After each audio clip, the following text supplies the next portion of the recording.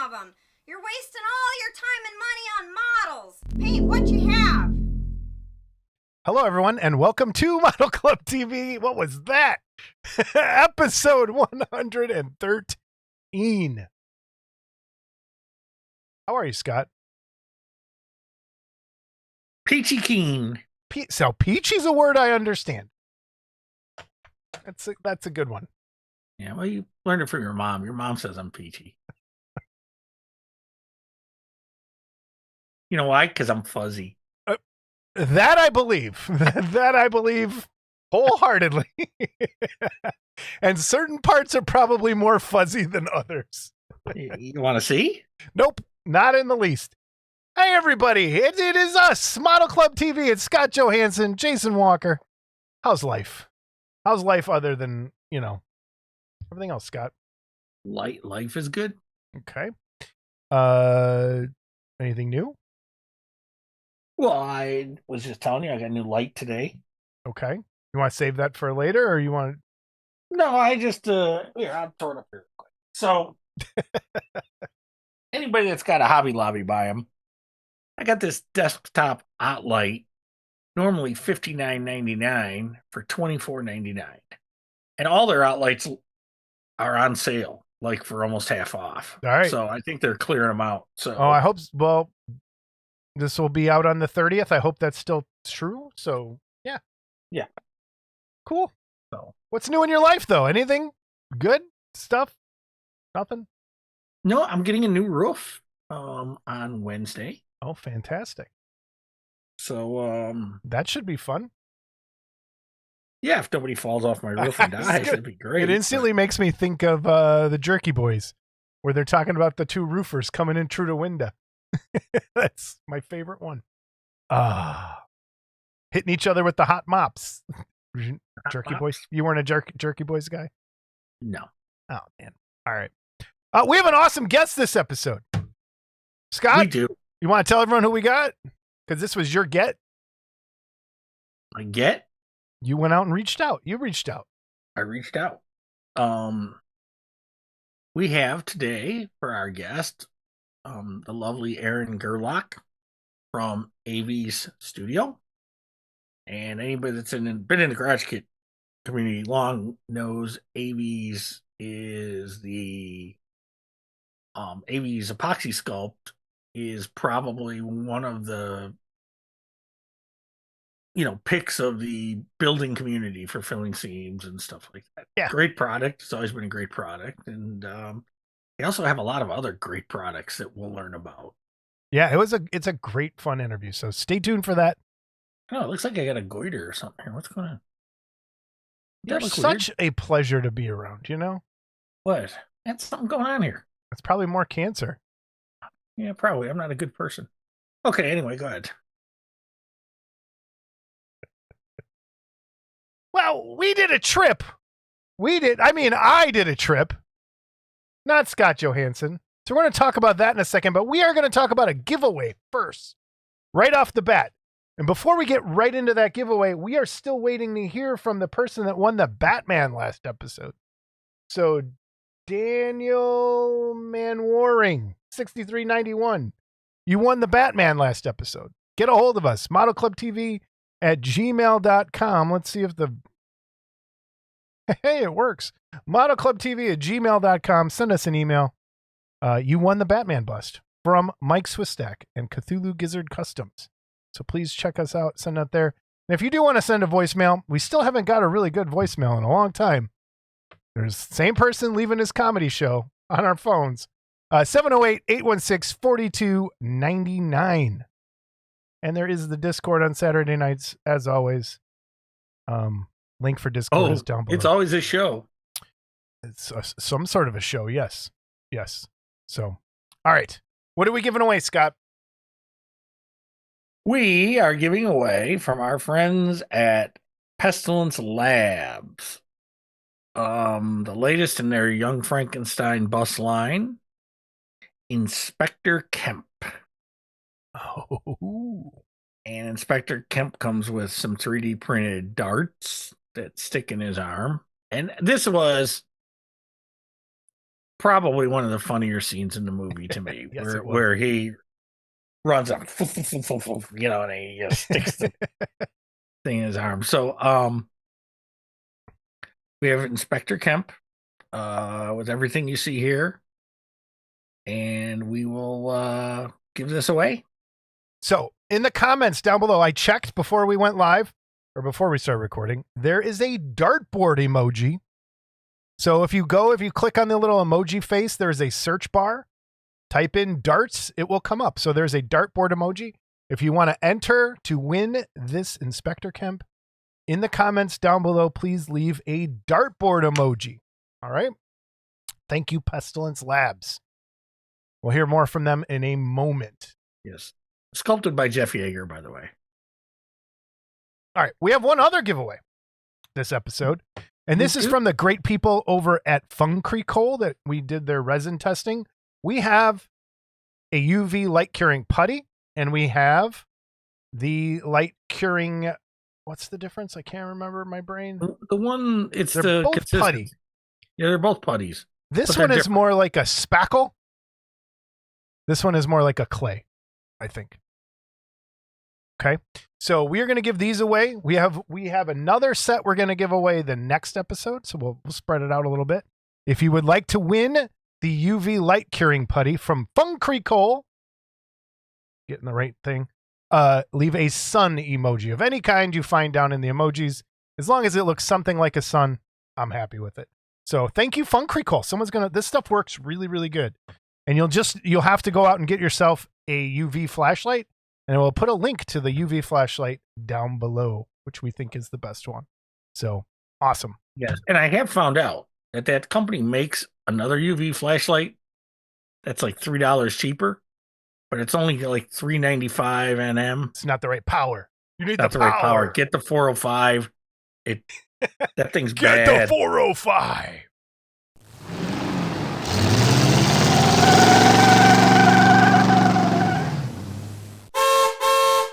We had our first Model Club TV meetup up in Kalamazoo, Michigan.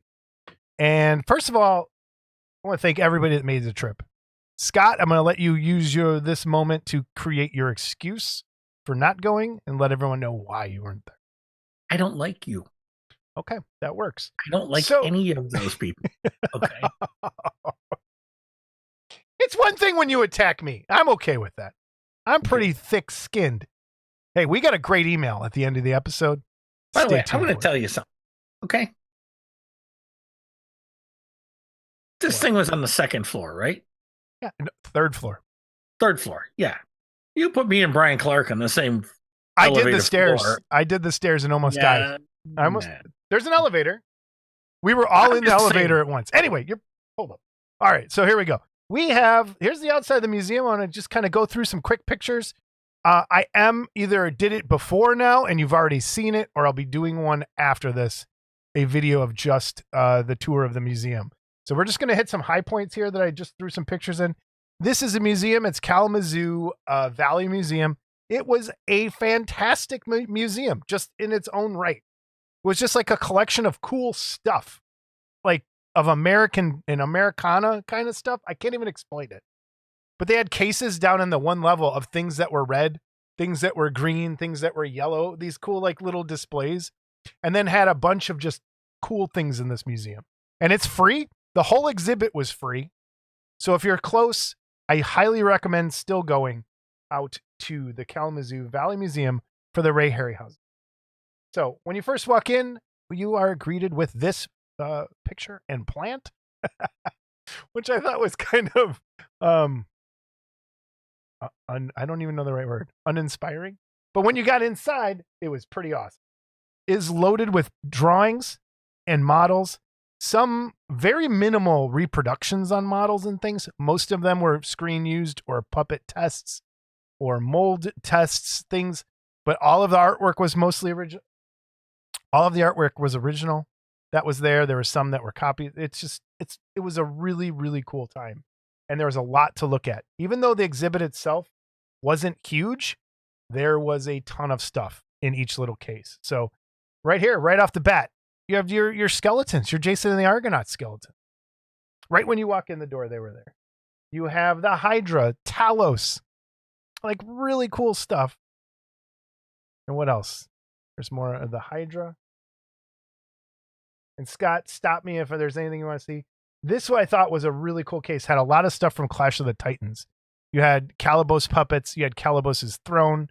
You had, I think, what's left of Pegasus. And the other one was, if I go back and read the thing, it's the model of Pegasus, like that they used in the beginning for the muscles and stuff. You had Medusa. You had Bubo. Was the Medusa the actual? Yes. Yes, it was. And the one of the cool things about the Medusa, and I kind of, when I was painting my geometric way back in the day, and you had the Kraken, the actual Kraken puppet too, which is a lot bigger than I thought it was going to be. The cool thing about the Medusa is I think I got my colors right when I painted it a long time ago. It's more, and then I don't know about the picture, but it's very blue in person. Mm-hmm. It's very blue. It's more of a blue-green than green. If I remember, it was almost molded in like that color vinyl too, wasn't it? Yeah, it was close. Yeah, it was very close to what the color vinyl was. But again, great to see. You get your sketches, you get all this other stuff in each case. Really cool stuff. I thought this piece was awesome. With it came from beneath the sea. There's the capsules down there. You have the guy sitting on the crystals. And this is this is all that's left of the giant octopus that crawled up the Golden Gate Bridge. But I like the little scenery. There was some other, they had some of the scenery in the buildings in there as well. The Ymir here was a production model. It wasn't, or like a repro of something. I forget which one it was, but the sketches were great. The dinosaurs were in there. Lots of dinosaur stuff there. And again, drawings. The Minotaur. But do you know why the Ymir wasn't the original? It was gone, right? It's destroyed. I believe he used it for the Cyclops. Yeah. Okay. The walrus, I love the texture on the walrus. It's awesome. And again, it's still going, I think, for a couple more weeks. If you get a chance, really check it out. This is a replica of one of the ghouls from Sinbad and Eye of the Tiger. This whole wall was just sketches beyond belief. It did like a nice wrap around the whole outside of all these drawings that he did. And they're beautiful, beautiful sketches and artwork. Well, like I said, I am going to do another video of just this stuff. So if you want, stick around. If you're complaining that I'm going through too fast through these, there will be a video. The homunculus, the Kali was a bronze statue. They didn't have a Kali puppet. I have a feeling that thing didn't make it either. But there's a lot in the collection. I think they said they have like 70,000 items in the Harryhausen collection. And so this was just a sampling. It was just a taste of what was in there. Really nice stuff. Stuff from Earth versus the Flying Saucers, which I didn't expect to see, which is pretty cool. This is a Mighty Joe Young replica armature. So not the original, but a replica. And then these were awesome. I love the fairy tale stuff. All the different faces he used for the fairy tale. And there's some drawings of the witch. I've got a video. I think it's The World of Ray Harryhausen, where I think it actually shows some of that animation with the fairy tale stuff. And this case I really like because it showed you the lighthouse from the Beast from 20,000 Fathoms. And it has the ones that were there was a sculpture, and then they had the prototype that led up to the beast. So I thought that was pretty neat. And then the lighthouse to see what colors it actually was. I'm assuming that's not what you would see it as in real life, but for black and white, they probably picked those colors for it, which is going to come up again later in the show. And then here's one of the Nautiloids. Really, really great things. And this is one of my favorite things because from that Clash of the Titans movies, I really like the Scorpion. So you see his initial sketch and then the Scorpion itself. And then here's the group that went. Well, look at that. There's the group. It was a nice small group, but we all had a great time. It was awesome. We have Matt, Brian, me, Jamie, Roy. Roy is right behind Jamie. Horvath is next to Jamie. And then Horvath's 2 daughters. And then my friend Jim is over there as well. So it was a great little group. It was cool. And we had dinner or lunch, early dinner afterwards. It's a great time. I want to do more meetups. I love this. So awesome. Thank you, everybody that made it out. It was fantastic. Had a great time. So questions about the show? Anything, Scott? Nothing? No. There was no gift shop at all. Like no souvenirs, nothing. Which I thought was strange. You know, Kalamazoo's not a small city, but I mean, it's not a major city. But I just assumed there'd be something like this is cool. Yeah. You know, and really when you look at it, if they don't take donations, they take donations, they don't charge admission. Yeah, but if they don't charge admission, you know, it's still got a cost to get an exhibit like this. So for sure. It's pretty cool. It was nice. I showed there was that TV and it was showing like a selection of different Harryhausen movies throughout the whole while you're sitting there as on a loop. Yeah, and I've seen some of the stuff because he's brought some of the stuff to Wonderfest a couple times he's come. He's brought some of this stuff to Wonderfest before. Like I've seen the Medusa. Yeah. But it's still, you know, I'm sure it was cool for you guys to see. And I saw it then too. I just it's been a long time. It has been a long time, and I just had a crazy week from hell, and I had a crazy week from hell coming up. And so it was like I just didn't want to leave the house. So Scott is becoming that and you know, really no one offered to pay me to come, so we have to pay. All right. News and reviews time. Boom. All right. So Rob Madison, which is who, Scott? Okay. So I got a little flack over this. Oh.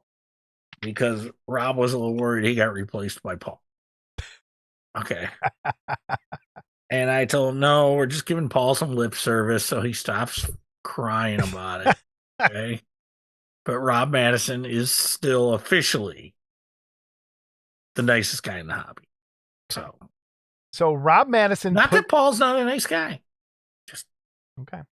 Rob Madison, the nicest guy. Rob Madison put together a commercial for Anthony Taylor's Aurora books that are coming out. Short commercial. I'm going to play it here. Here we go. Planes, tanks, monsters, ships, superheroes, cars, spaceships, build them yourself. From 1950 to 1977, the Aurora Plastics Company of West Hempstead, New York, made and marketed plastic model kits of just about every subject under the sun. The story of Aurora is the story of American popular culture during the 1960s and 70s, and author Anthony Taylor has finally aggregated the company's full-color sales catalogs from the 2 decades of their heyday. Aurora Plastic Models Catalogs Volume 1 and 2 capture the excitement felt by hobbyists and collectors everywhere for the vintage models. In the words of Aurora, it's a hobby for everybody. Available in hardcover, paperback, and ebook at Amazon.com. You would think Rob works in video or something. Like, yeah. You'd think he'd offer to help us. Why would he really? I mean, as nice as he is. Yeah, okay. Yeah. No, in he all has fairness, offered to help us a lot of times. He has actually. offered. And he'd probably do a way better job than you do. But anyway, yeah, I'll probably be getting those books. I might wait to see if Anthony has them at Wonderfest. Just, you know, I'd have him sign them then or something, you know. Yeah, that's a good idea, actually. I like that idea. So, and maybe we could get Anthony on to talk about absolutely. Yeah, we'll talk to him. We'll get him on. I want to. No. Okay. So, news and reviews is going to be pretty short this episode. 2 people sent us stuff. Why is that? Why is that? I'll tell you why. 2 people sent us stuff, and then we just didn't have time to go out and search like we normally do. So we kind of went with what we got. And so it's going to be a little shorter news and reviews this episode. But starting out from Pestilence Labs, more Nosferatu news. So let me read through this. Following up on the very successful 1/6 scale figure of Nosferatu from the recent film, Pestilence Labs and Michael Berglund are teaming up again to release a 1/3 scale bust version. Yep, go big or go home. This 1/3 scale bust will feature the base molded and cast in polyurethane resin using traditional casting methods. and the bust will be 3D printed. You can see from the photos the bust will be huge, measuring over 10 inches tall, mounted on the base. Final price is being determined, but is expected to be around $150. We'll see where it ends up. We want folks to be able to afford this beauty. The build-up so far, the full 1/6 scale figure, have been incredible, and we can't wait to see what folks do with this big, beautiful bust. Thank you for the support on this project. Shanna and I, as well as Michael Berglund, could not be more happy with the response of how quickly folks built and painted this beauty. I'm gonna stop right there. I totally agree. I've seen so many built and painted in like the last week or so. Figure is still available, and both the figure and bust will be on our table available at Wonderfest. I'm going to go back real quick. If you don't know what the original one was, this is it right here. Great instruction sheet by Michael Berglund. Here's the bust. I'm going to go through the pictures. Man, very cool pieces. Awesome stuff. And then here's what the hat. I believe you can build it with her. The hat is removable. Yes, and I'm going to get to that picture right. There's that head without the hat. And then I love the base. The base is very well done as well. And then here is the size of the hat. So I'll give you an idea. That's how big the hat is. It's about as big as a hand. Unless Mark has really tiny hand, which is probably true. And then here's some casting in progress, casting the base photos. You want to explain to people what's going on there, Scott, in that picture?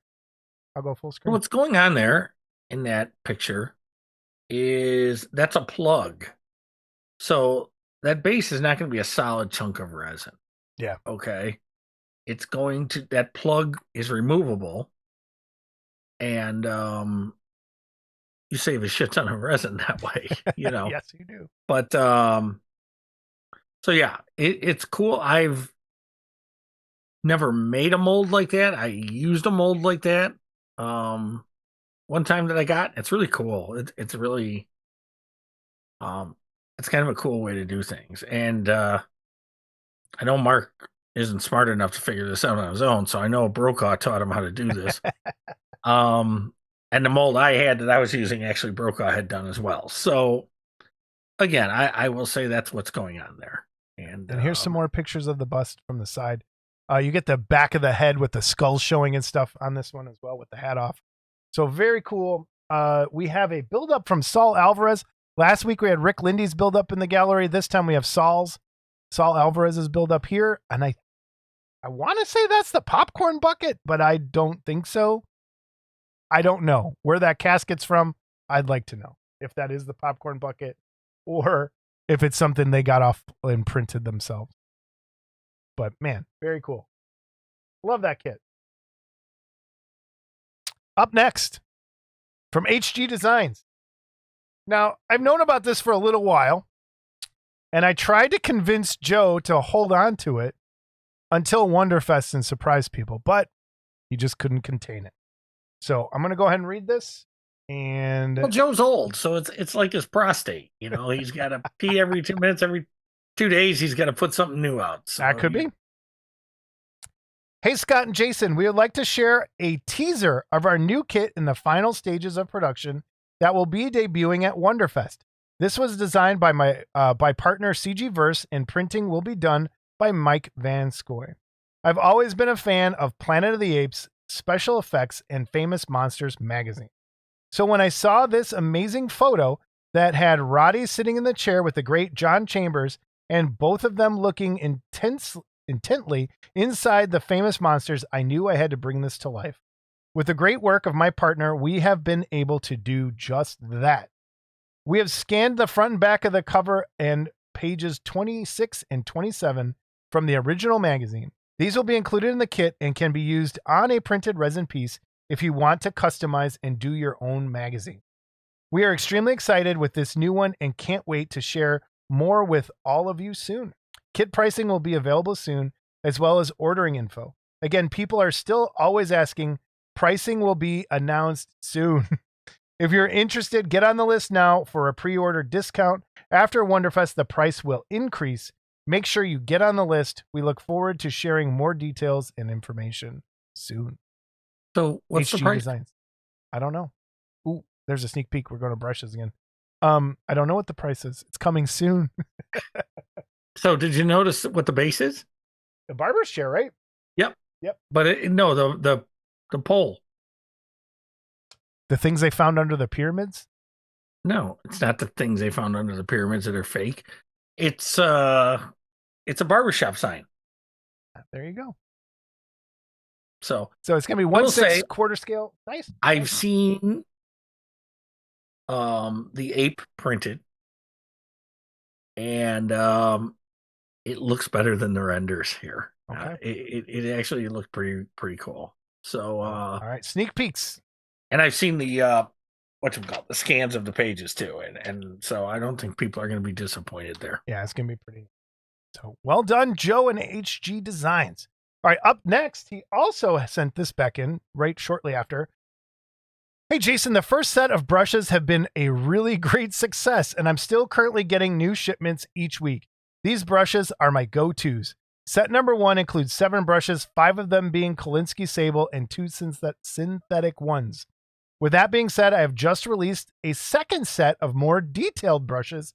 These are smaller but longer bristles and a soft dry brush, which sold out immediately. This set number 2 also includes 2 Kolinsky Sable bent brushes that I worked with the owner to get into production. We tried some different handles, but this tri-handle works great and will not spin in your hand when you are trying to reach that spot where a straight handle brush simply can't get into.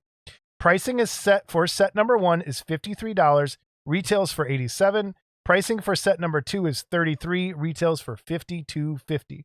Shipping is $5 in the United States. Payment is available through Zelle or PayPal, friends and family. I will also have a limited amount of these sets, and I will be bringing a number of individual brushes as well. So make sure to stop by Room B at Wonderfest. I'm excited for these. I'm actually going to order a set and give them a try and see if I like them. So I know a lot of people don't think I've ever painted anything. Okay. But years ago, I painted a Horizon Joker. And you put it together first, so the stripes do go up into the crotch. Okay. And it's hard to get a brush in there to paint it. And I actually took a brush and bent it similar to that to get in there. And I said, what a great idea to bend this brush and do it. And so here, years later, someone says, well, here, we just do it for you. So I've cool. seen them out there, but it's nice to see them pre-done for you. But look at the handle on that thing. I mean, that looks like. That's what I'm talking about. I love the handles like that because that's what I've been doing with my grippy stuff, is making them a little big bigger. ape handles. Yeah. Love it. So. All right. So up next from Bad Wolf Collectibles, who was our guest last week, we got a lot of great feedback from that episode. JM, everybody loves him. JM's been commenting in the comments. I love to see JM around. I love to have you here. So keep doing that. It was fantastic. So we have up next his latest release over on his Patreon is Girl with Axe from Simon Bisley or Bisley. I can't remember. I don't know. Yeah, Bisley. Here it is. And this is the split between his sculpture and the artwork. Look how close that is. That is pretty cool. And so then here's the rest. And it looks like she's wading through some water. So you can do some pretty cool water effects on that base if you wanted to. And then we have the front. And again, remember, he had to imagine what the front looked like because you never see the front in the image. So he added some cool stuff to make it a little more appropriate. I think so. Amazing. Yeah. I love it. It's a real, So, I have one more thing. Well done, JM. Yes. We don't have a picture out. But, as a lot of you know, Escape Hatch Hobbies website is currently not taking orders. Todd's going through some health issues, and I just want to take this opportunity to wish Todd well. And can't wait till you get back. And I've also been informed that the Escape Hatch Hobby site now has a new customer gallery made by Harry Spock from the Clubhouse. And so I believe you can go there and get your photos of Todd's stuff uploaded. That's great there to see. That's into, great. into the thing. So, let's show Todd some support, and get a chance, send him a message, wish him well, Todd. Yeah. If you're watching, you better be watching. And what else are you doing? I What don't know, else are might you doing? could make him Todd? feel worse watching this. But mess. hope you get back. Yeah, we're on your pulling feet. for you, man. We're pulling for you. Get back in business because he's got a lot of great stuff. He there. does have great stuff, and I love that website. So. Okay. Workbench, Scott. You got anything? What have you been working on? You want to tell yet, or no? Is it I've still been a working secret? on the workbench. You're working on the workbench. That's all I can say. That's all you can say. It's still a mystery I, for a little while. And I did get a big giant Godzilla model, but do you want to show that? they're already packed away now. Do you want to tell people what you got? So, yeah, this has been a long time coming. Well, you know this what? has been a hem Let's and talk haw. about this after the interview. Let's talk about it after. All the right, interview. we'll do that. I want to elaborate a little bit. So, Okay, so we have our interview here with Aaron Gerlach of Aves Studio. Aves Epoxy Sculpt, everyone's favorite epoxy compound for their modeling needs. So this was a great interview. We've known Erin for a long time. It was great to catch back up with her. Great person, great family. Husband's great. Everybody's great. I don't know what else to say about Aves. American company, and it's family owned, and it shows. It's appreciated. Putting people to work in this country is amazing, and I applaud them for doing that. So everybody enjoy this fantastic interview with Aaron Gerlach of Aves. All right, we are back with Aaron Gerlach of Aves, everyone's favorite epoxy clay. How are you? I'm well. How are you? It has been forever. It really has. And wow. Like 10 years? More. It has to be. More? Has to be. Yeah. Let's start with this. Okay. What was your first Wonderfest? Do you remember the year? God, it sounds like a dirty question. Yeah, I know. What was your first Wonderfest? Like, I mean, I don't even know. And I don't even know. It was Was it like 06, 03? What? It had to be back then, right? it was back then. Okay. Let's go with that. tell A you. lot has happened since then. It was okay. I can tell you. It's when there were two magazines still in print. What was it? Kit Builders and Amazing Figure Modeler. Yes. Yep. Okay. So it was in that day and age. Is that Excellent. fair enough? That works. Okay. Scott's stalking ability has come up with a date. I can tell you, not even a stalking thing. I can tell you, hold on. I can tell you a few things here. Okay. It was 2018 was the last time you were there, because I sent you a message just to make sure you got home safe and sound. Because so it hasn't been that long. Oh, yeah. Still long. I can tell you what I believe to be the first one. So do you remember the first time you met me? Yes, I think so, because it wasn't even at a Wonderfest show. That's correct. It was at a Las Vegas show. Yes. And you had spilled. Oh, no. Oh, no, keep going. All over your shoe. I know. Jason's going to love this. And Yes. I came up to him with a bottle of, at the time, was AV safety solvent. And he cleaned his shoes off and was sold on our products. Just like that. Aww. I saved him. So even though he said he gave me a ride to the airport one time and shipped a box, I saved his shoes. I mean, there you go. He's probably still wearing that shoe. So I want to clarify He what the might. story was. And if I can find the picture of it, I do have a picture of it, but I'm double flipping the bird. Ed Boukley threw a thing of paint to me from across the room to catch, because he had to touch up one of his kits. So he throws it, and it's like, I'm like, what are you doing? And it's like, I don't even know what he's doing. And I look up in the air into the lights, and I lose it. So I just kind of like this. So this paint hits the floor, okay, and splatters everywhere. And I got brand new white Air Jordans on, okay, and they were pretty snazzy. They were. You had Air Jordans? I was skinnier back then too, believe it or not. But I ate that guy. What do you want me to tell you? So anyway, yes, Erin was kind enough, and I said, look at all of my shoes, and she said, here, try this. And and I was And able that to was clean up it. my shoes.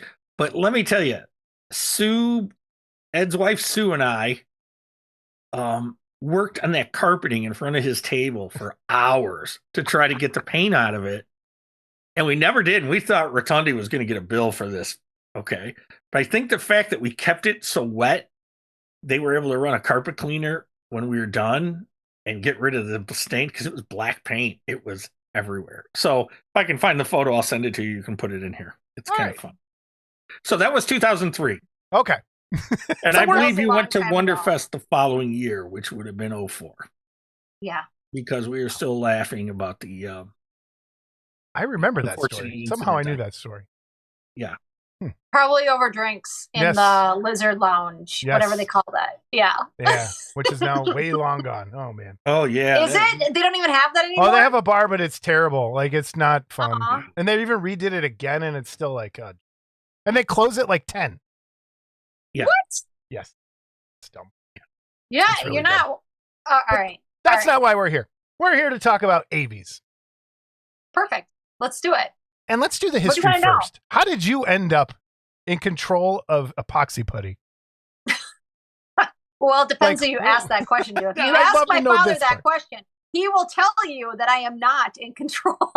He is still in He control. knows deep down. He is Dave. Dave is my dad, and he just turned 70. Okay. So bless his heart. Happy he's birthday, still Dad. very much involved in the business, and so is my mom. And they've got their own thing going. You know, my husband Matt and I run the business pretty much for them now. They come and go as they desire, which is Hold on. Email like, Dave perfect. about who runs business. Okay. Sorry. Go ahead. Yeah. You better update it. Make sure everyone knows that I do not run it. So don't call and ask me for stuff. I'm just kidding. I love to hear from everybody.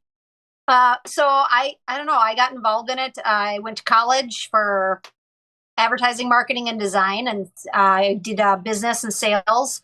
And I worked for some signage companies. And then I came onto the scene a couple of years later when they started having me look at their really bad advertising. They were using words like old-fashioned, newfangled in their in their advertisements. And I looked at it. Those are Scott words, apparently. Hey, wait a minute. Gonna put this out. Ask her if she knows what your word means, I'll Scott. bet you she does. I'll bet she does not. So at the beginning of every show, he asked me how I am. Okay. So a few How episodes are you, ago, Scott? I'm Ducky. Okay. And he acts like that's not a term. Okay. I've heard that a lot. Thank you. Thank you. I've never heard that in my Everything's life. Just Ducky. Just Ducky. You live in Wisconsin. No, I never. No, I've never heard that in my life. Not one time. That's because you live And in I the thought- hood. True. Okay. Very true. Yeah, nobody would say that in the hood. No. Nobody walk said up in Ducky in the shank hood. And someone says, well, that was just Ducky. Hey, if they say Ducky in the hood, you better get You're down. ducking. You're Okay. ducking. Yeah, ducking. Right? It means something completely different around here. Okay. Oh my God. All right. Back to my story. Back now. to the story, It's not, sorry. it's not even a good story. So, I mean, I was doing their advertising and I was working at a signage company at the time. And I was staying really late at night to do the advertising work for Aves there. And I ended up having to quit my job after they did all but beg me to keep taking their work on. It was a full-time position. And so that's how I entered the scenes. And it just started with doing advertising. And then it was, oh, you're really good at sales, so you can do some sales. And, oh, you're really good at doing this technical data. And I'm like, I hate the technical data. I don't want to do the technical data. But I do the technical data. And yeah, so you name it, I do it here. That's fantastic. I was reading your dad invented this product. All of them. All of them. And Well, not all. I mean, not our tool lines. Right, I developed the tool lines. I will take full credit for that. okay. But I worked with other people. It's not my recipe or anything like that. Right, but I read the kind of the bio, because you had said you were although that was before the show. So go ahead and say you were Small Business of the Year. We did St. Croix Business Development Economic. It's a big long word, anyhow. But in St. Croix County, we won a Small Business of the Year award. for the upcoming emerging business with under 25 employees.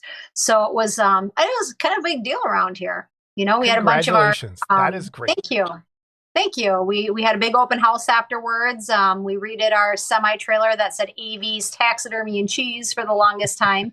We put a big eagle across it with an American flag. So it's really cool. We preserved it as a landmark, and people still stop and take pictures now because it's a cool looking eagle. Aves Taxidermy. Have you not heard this before? Jesus. No. I mean, Jason, No. you know, never? No. Okay. All right. Okay. Let's backtrack the Yes, story. backtrack for everyone, because that's awesome. Before Aaron became involved, all right. Locally, it's just, if you just watch our little video clip, you'll see it. It's all Okay. admitted. I did see it. So we're right. going to have all this down in links below. So everyone, you're going to be able to watch all this too. So the business started as a taxidermy business. My dad went to college for chemistry, and he was also going to be a veterinarian. And as it turns out, they do not certify veterinarians that are colorblind. And he is colorblind, and which is amazing because he makes all this colored clay, right? Yeah. He has a set of eyes called Aaron that helps him. Oh. That's green, huh, Dad? Okay. Yeah, green and red are not his colors. It's like brown to him. But anyhow, he developed these clays actually when he was a kid. He was probably a teenager when he developed his first modeling clay product for taxidermy for the wildlife artists. He would do he lived on a dairy farm, and he always had like trapper licenses and stuff like that. So he did taxidermy work out of his dad's barn. And the clays he was using would shrink and crack and didn't hold eyes in. Monster people can totally relate to this, where the eyes just go all of a sudden. That was Mine do that anyway. So, but he hated it. It just didn't do what he wanted it to do. So he started tinkering way back then, and then he went to school for chemistry on the side of being a veterinarian, because that's what he thought he wanted to do, was be a farm vet.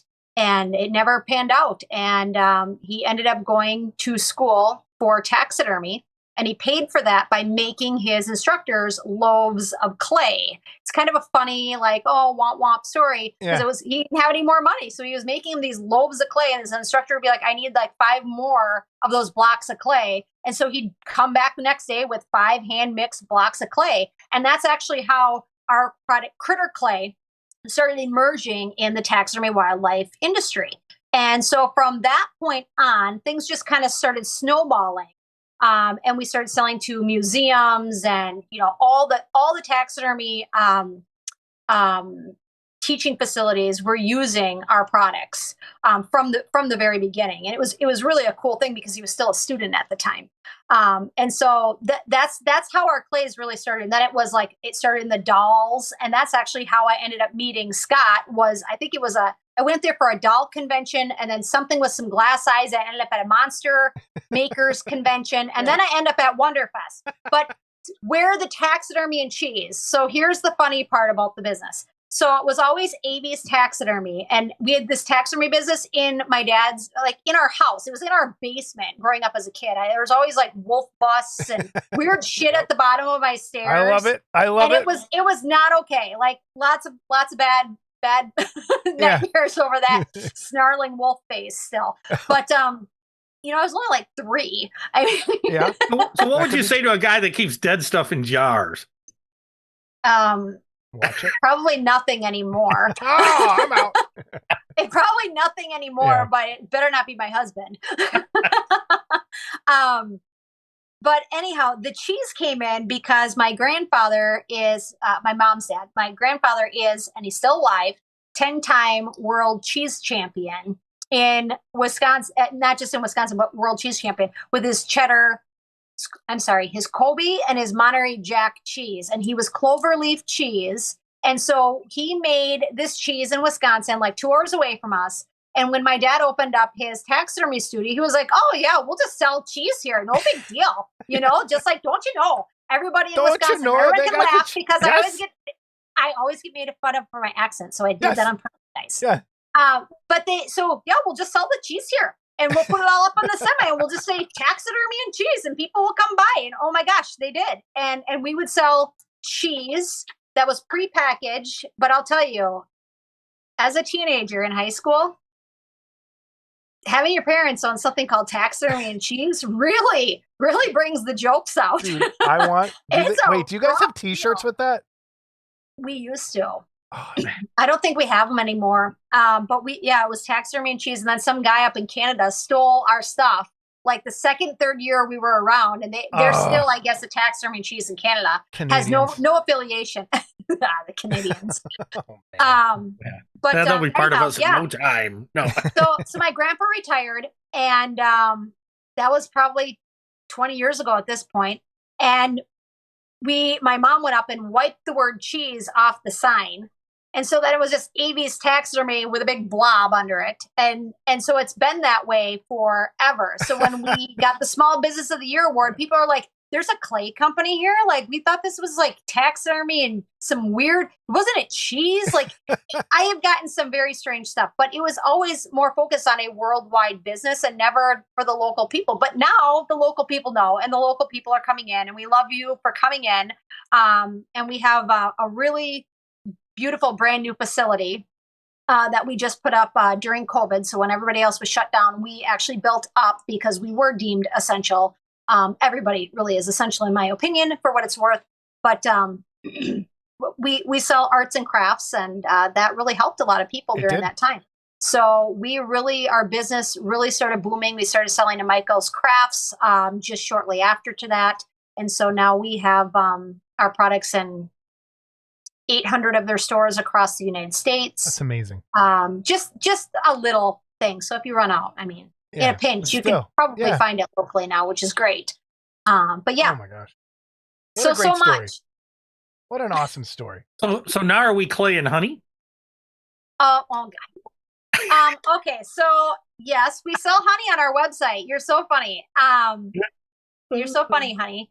We do sell honey on our website now. And my husband took up beekeeping probably, 15 years ago. And then my dad started in with them. And they did a bunch of beekeeper classes. Anyhow, we have 10 beehives on our property. And it's all on in an organic apple and pear orchard that we have.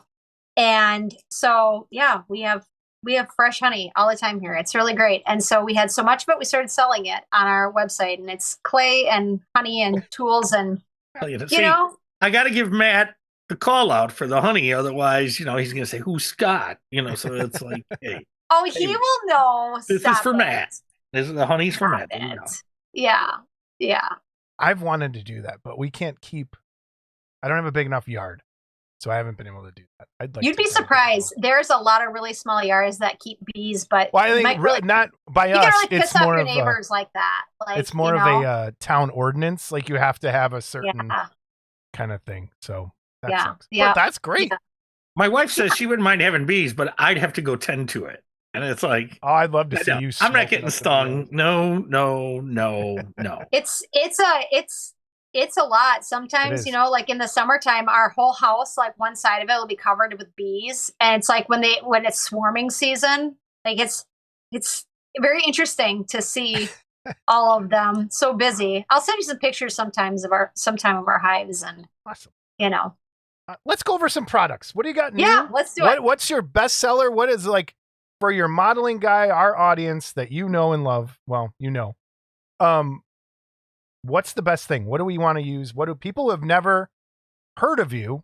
Because I'm sure there's a lot of new people coming in from 3D printing that have no idea. So go right ahead. Okay, that's it. So our best-selling product is Apoxie Sculpt. It's a modeling compound, A and B. You mix it together, and it cures based off of friction and heat activation.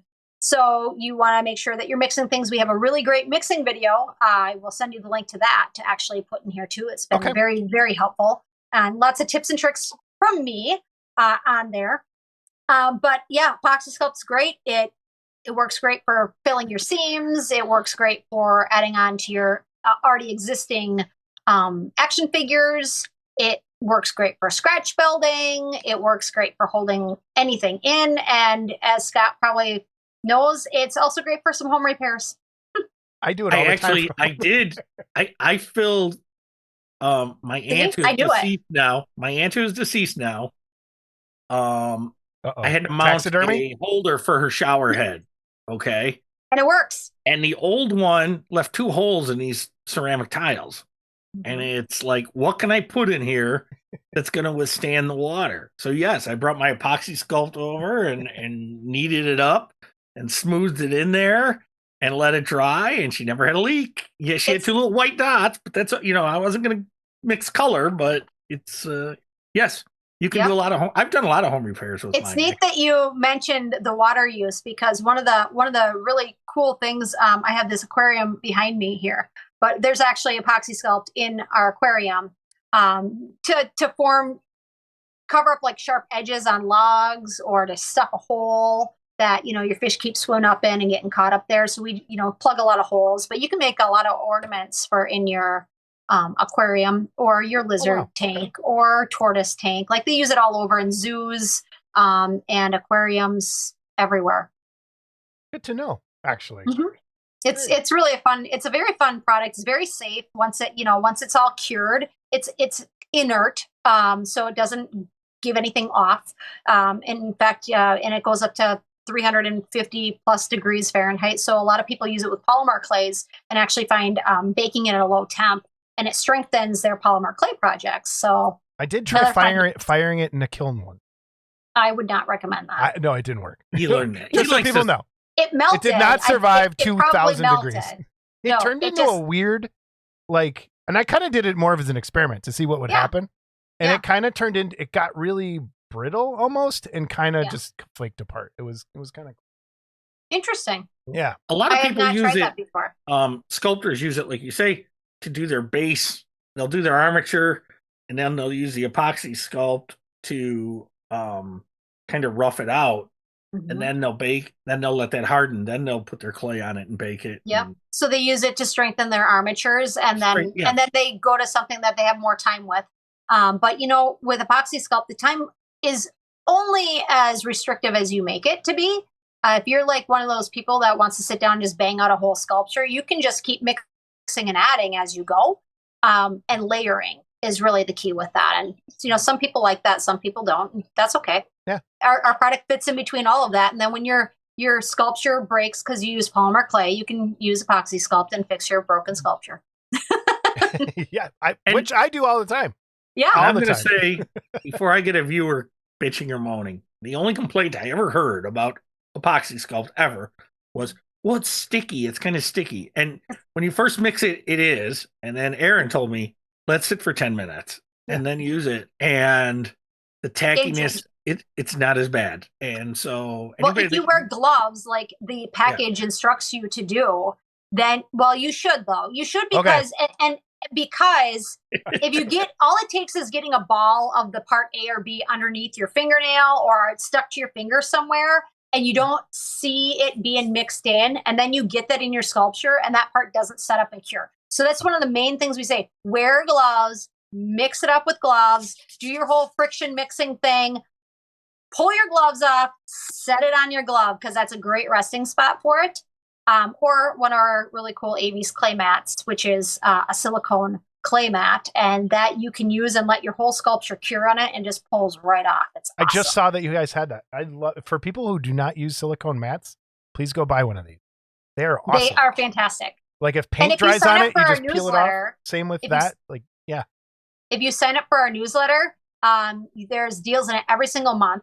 So I don't forget to plug this at the end. Our it's Aves Studio or avesclay.com or apoxie.com. All go to the same site. But if you go on there, there's a newsletter sign up in the corner. It says get monthly discounts. Click on it and sign up for it. We're not going to spam you. You get one email a month that comes out on the first day of every single month to your mailbox. And it is loaded with anything new, anything fun we have going, anything we're trying to promote, any tips and tricks. And best for you, there's always exclusive discount codes, and they are only available in our newsletter. So Awesome. it saves you 15 to 20% on your order every single month.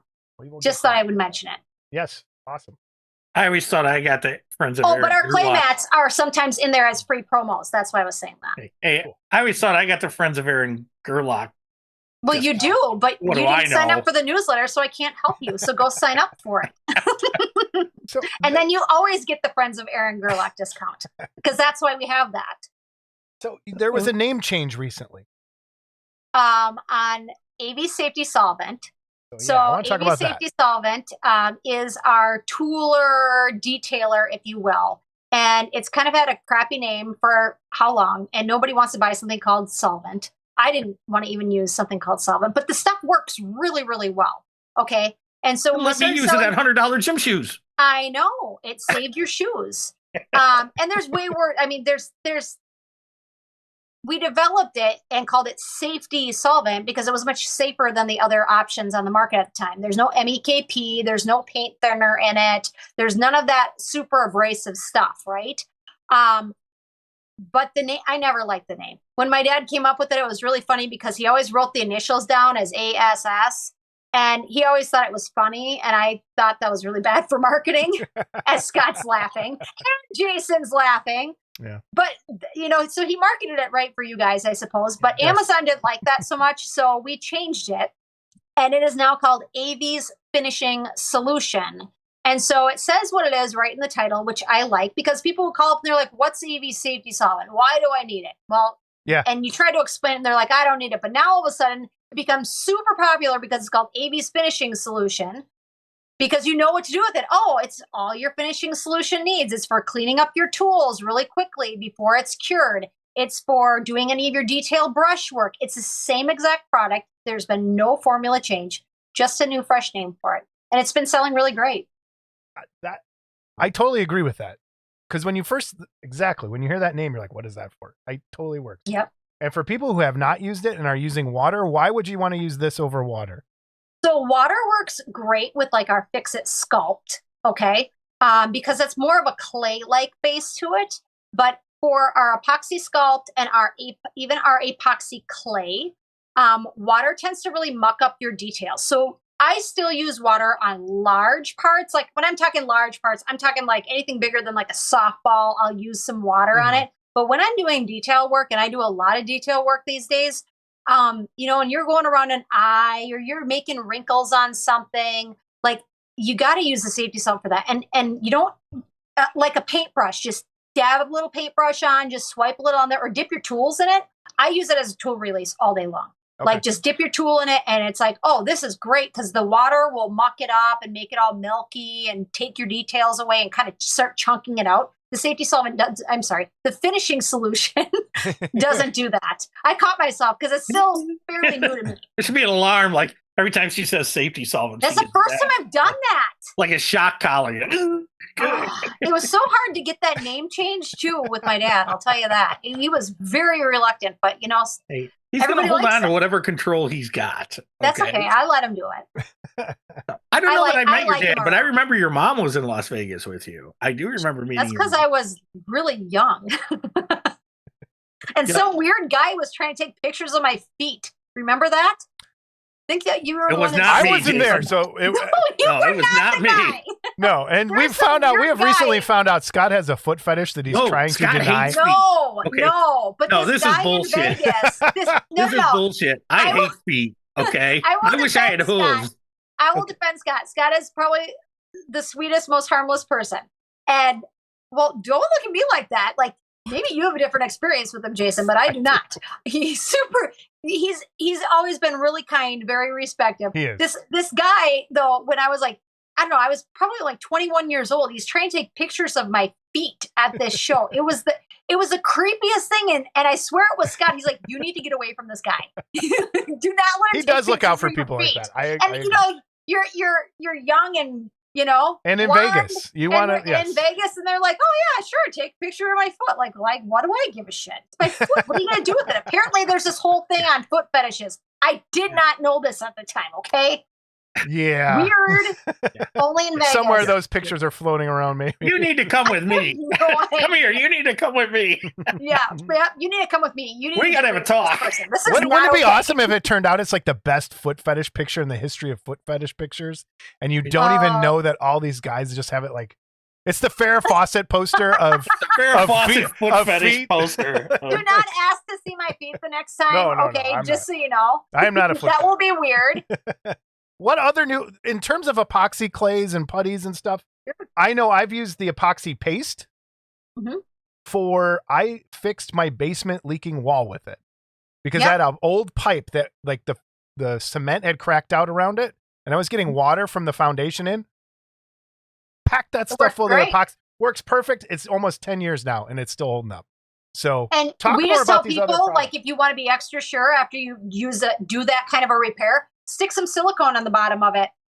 You know, just make sure that that's completely sealed up and nothing's getting cool. through there. So fix it and epoxy paste. Tell me the difference with those, the good uses for people for those. For fix-it paste and epoxy paste. Yeah. Okay, so it's a viscosity difference. So epoxy paste is thicker and it stays more floating on the surface. And fix-it paste is thinner, and so it really kind of like seeps into the cracks, you know, Okay. a little bit more. And so if you're looking for something like for seam filling, I don't like fix-it paste for seam filling unless I know I'm going over it multiple times. And this is actually where the finishing solution comes in and is like your best friend with the paste products. Either paste product, it makes it look like glass over the top of it, and it seamlessly feathers that in there. There is like no sanding when you use that. And it works really great for the finishing solution works great with Apoxie Sculpt and epoxy clay like that also. You get a really good seamless feather. You have to work it a little bit more, but it will save you a lot of sanding time. I organized and moved all my stuff. So let's talk about the difference between Apoxie Sculpt and epoxy clay. Well, that's a great question. We get it all the time. So the Apoxy Sculpt is going to be your more putty-like consistency. The epoxy clay has a little bit more of a clay-like consistency to it, so it's a little thicker. Both are super sticky when you mix them up. The Apoxie Sculpt comes in 12 colors. Clay only comes in 2. Working time is about the same. Hardening is about the same. And drilling and tooling, all that kind of stuff. It's really, they're very neck and neck. So then the question becomes like, can I use either product? The answer is yes. Yes, you can use either product for seam filling and build-ups and scratch builds. Where the differences for me come in, there's a couple of them. So when I do a lot of embellishing and like mosaic type work. So I really have been favoring the epoxy clay over that because it's just a little more grippy. And so if you're trying to hold things into your surfaces, that's a great product for that. The other thing that the epoxy clay excels in is texture. You can really get some super crisp, and everybody knows how, I mean, most people who know Apoxie Sculpt know what great detail you already get with that product. The epoxy clay really is amplified, and it's so much more crisp. Weaponry is much sharper. You notice a difference right away with how detailed your lines can get. Okay. And the other part is if you're going to be sculpting like an elephant that has a lot of texture to it, I always say that's your friend with epoxy clay because you're going to replicate that texture and it's going to get deeper texture than with Apoxie Sculpt. So that's kind of, but you can use them the same and you can use them separately. The other thing with epoxy clay is that it will adhere to the vinyl kits way better than Apoxie Sculpt will because it's just got better adhesive qualities for that.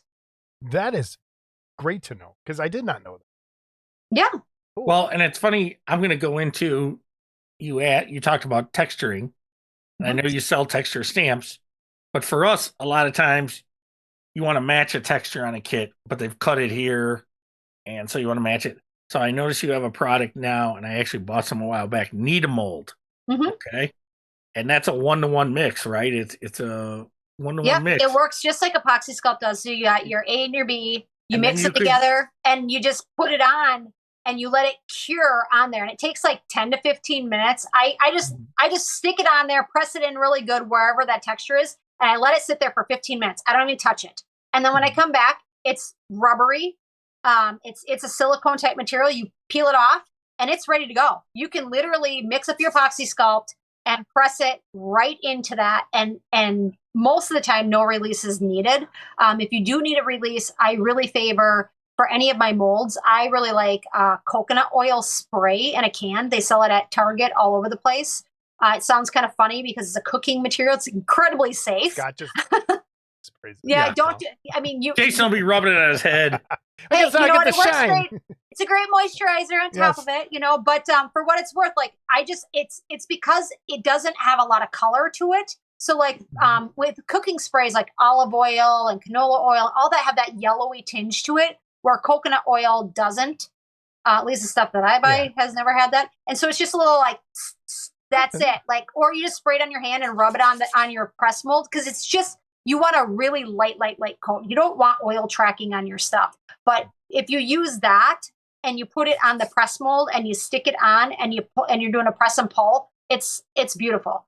And it absorbs into the product and hasn't, for me, seemed to affect any painting or adhesion issues. It just kind of like cures with it. And I haven't had to wash it off at all. So, Well, what I liked about it And was natural. the one-to-one mix. Because I bought a product from Smooth On to make texture molds, but it's like a 10-to-1 ratio. And so it's a pain in the rear end to sit and mix it. So to me, anything that's a 1-to-1 mix, I'm sold. So yeah, this stuff's great. I have molds. I wish I had one sitting here on my desk, but I don't. I have molds that I made 15 years ago that are perfectly. I use them all the time. And I've done like tree bark. So I've literally gone out to a tree outside and I've pressed it in there. It's like I've got every kind of tree stamp. It does leaves, like it's something as simple as a leaf from outside, a dried one or not. I've done like a rhubarb leaf because that's got some really cool, like you make some really cool monster things with some of these leaves and stuff that are out there. So I really, That's what? I'm gonna get some of that too. I've been using and latex. I've done stuff with like antique tables. So I've actually gone into like an antique shop, gotten pre-permission. Be very careful with this. I got my coconut oil. No. You don't. what the heck is she doing? You don't need coconut. You don't need the oil for putting and making the mold. So like I mixed it up and it was like a claw foot on something and it was really neat. And I ended up making like a fish tank piece out of it actually afterwards. Oh, cool. So it's super cool. But I got this awesome claw replica from using the Nita mold on an antique table. So it's not just like things like, you just walk around with that. I did for a while. I just walked around with it. I'm curious. I got to ask if you've ever tried it. Yeah. I wonder if you could make a mold with it. First of all, does it bond to itself? So Nita mold does not bond to itself after it's not bond to done. itself. Okay, But so if you were to take your a pee, question, yes, you can put chocolate in it afterwards, Scott, No, because no. they are food safe. no, but Just what don't I was mix thinking, the clay with the chocolate, all right? what I was thinking though is, could you make a mold with it? Like if you had just a piece, you needed a one-off, a hand. Let's say you need a little hand. Could you do half, then do the other half? And yes, it would be rough. So everyone that knows molding and casting, it would be rough. But I wonder, could you pour resin into it and let it cure and pop it open and maybe have a quick mold? It'd be interesting. You could just engulf your piece with it from the get-go and then slice the thing to the top. 'Cause it's just silicone. And then, Cool. Good to know. Yeah. Interesting. All right, I want to talk about metal coatings. Oh, okay. When So I that's saw this on the website, I was like, this looks really cool. So It is really cool. It's one of my favorite products. I get really excited about it. Sculpt Nouveau put out this product, and it used to be called Swelligant. And one of my artist friends was selling Swelligant, and it was like the coolest thing ever. And it works so fantastic with Apoxie Sculpt. So one of the questions with Apoxie Sculpt that we have gotten historically is, how do I make it look like metal? What kind of paint can I mix into it? How, and we've come out with like silver gray and bronze colored Apoxie Sculpt before, but it does not compare to this. I mean, this is really, truly pulverized metal coating into it. It works just like an acrylic paint does, and it is shiny. It is gold, it is silver, it is iron, it is copper, it is bronze. And the neat part about that is not only do you get a nice durable coating that looks exactly like metal. So I could literally paint a picture frame if I wanted a wood picture frame, and it'll look metal when I'm done with it. Is it like a paint then? It's like a paint. It works just like a paint. It doesn't have no odors or any of that kind of stuff. It was very safe, but it's pulverized metals in there. And so what happens is over time, just like a metal, there's an activator spray to it. It's called a patina. And if you spray it on the metal coating of, say, copper, then you spray it with the patina, you'll get a real true patina effect within minutes right in front of your face. And so you get aged metal. And you can do that right over top of Apoxie Sculpt, which to me is super cool because now I have something that I didn't pay for to be metallized. I didn't have to go through some expensive copper dipping or bronze dipping or anything. I can literally replicate that and I can weather it at the same time. So cool. So do you think we could put it on resin? You can. Yeah. Yeah. If you can paint it, you can paint it. You can put it on it. Okay. Yeah. I used a product similar, and the only thing that came across, and this is a question I'm wondering if you had it yet, is there a way to stop the patinaing over time?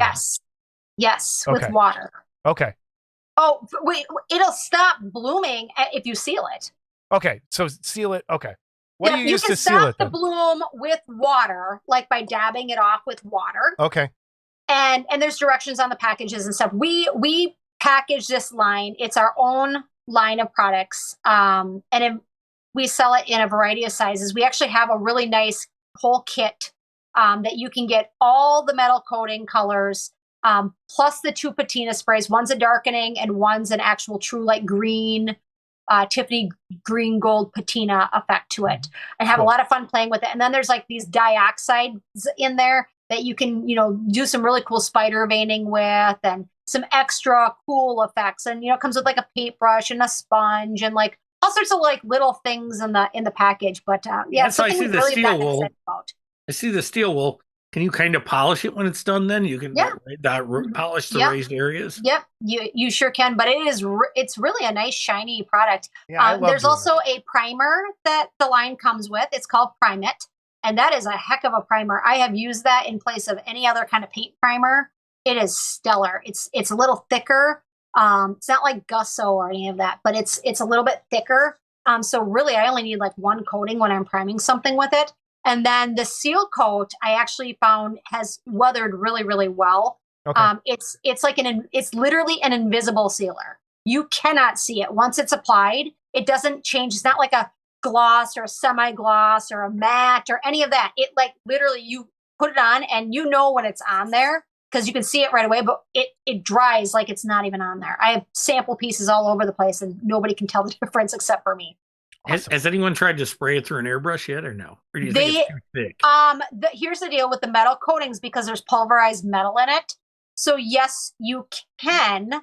The dioxides you can definitely spray through there. But the metal coating, I'm sure you can. You probably could. I wouldn't use it on a really good airbrush. I would not. Yeah.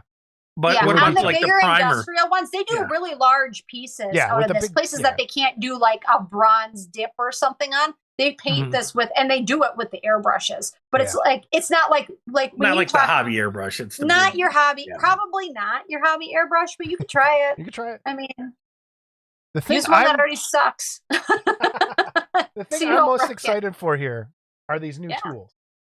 Oh. They're not new, pal. Well, I hate to new break to me because I didn't even know this.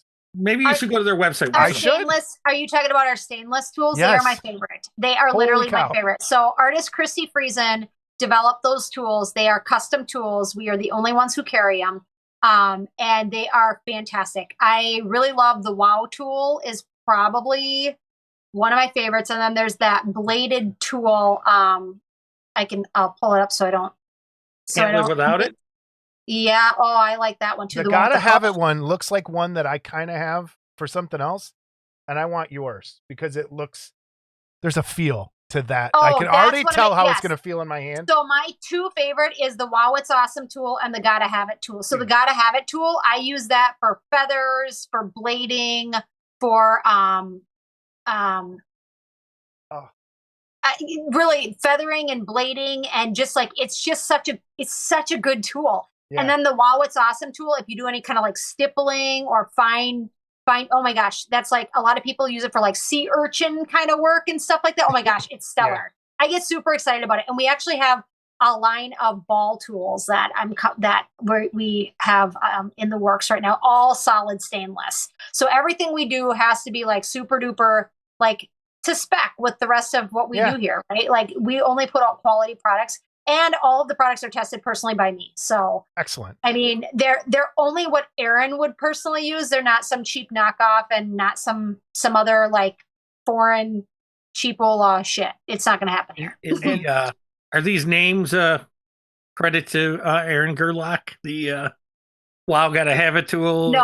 No, I can't take credit for that, You but didn't I name agree them? with it because I thought the names were silly at first. And really, once you start using these tools, and they all have two ends to them. So really you're getting two tools in one every single time. But I really, fur texture, if you like to make fur texture, both the Wow and the Gotta Have It are phenomenal for that. And the Can't Live Without It tool is great. I like the end, the one pointed end on it, and then the blade end on it is super helpful for just lifting things off and using it as a scribe. Couple other things, like they're just great. They're great tools. And the finishing solution cleans them up super fast. And because they're all stainless, you can even, chip on them if you need to, because I don't get all my stuff off. Some of mine look totally trashed, but they're not. I'll even take really fine sandpaper sometimes. And Yep. Mm-hmm. Yeah. I like people those. who watch the show know that I have a tool fetish. That's my fetish, and I'll just buy tools just to see. And these are you are gonna love them. Oh but make sure you let me know, and I'll for your next video I'll hook you up with a clay mat so you can try that out too. Cool. Yes. Because that's just an awesome product. What else you want to talk about, Aaron? I don't know what else you want to know. Let's see. Other new stuff coming out. New stuff coming out. I mean, that was a lot of new stuff we just talked about. Or any secret plans that you can hint at. Yeah, that's why they're called secrets, Jason. Hint at.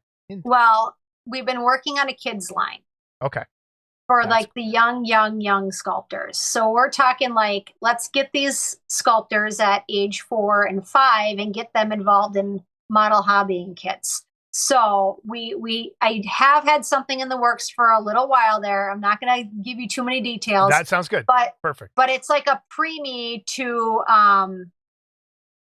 preemie. So it kind of goes like Apoxie Sculpt is your high-end artisty, past your teenagers, your adult stuff. And you drop down, and right now our Critter Clay product is really geared. I mean, it's for professionals, and they've used it for decades now in the wildlife industry. But that's a water clay. And so it does have 0 to 1% shrinkage rate, but there's no mixing involved with it. It's ready to go right out of the bag. And you can do a lot of really cool things with it.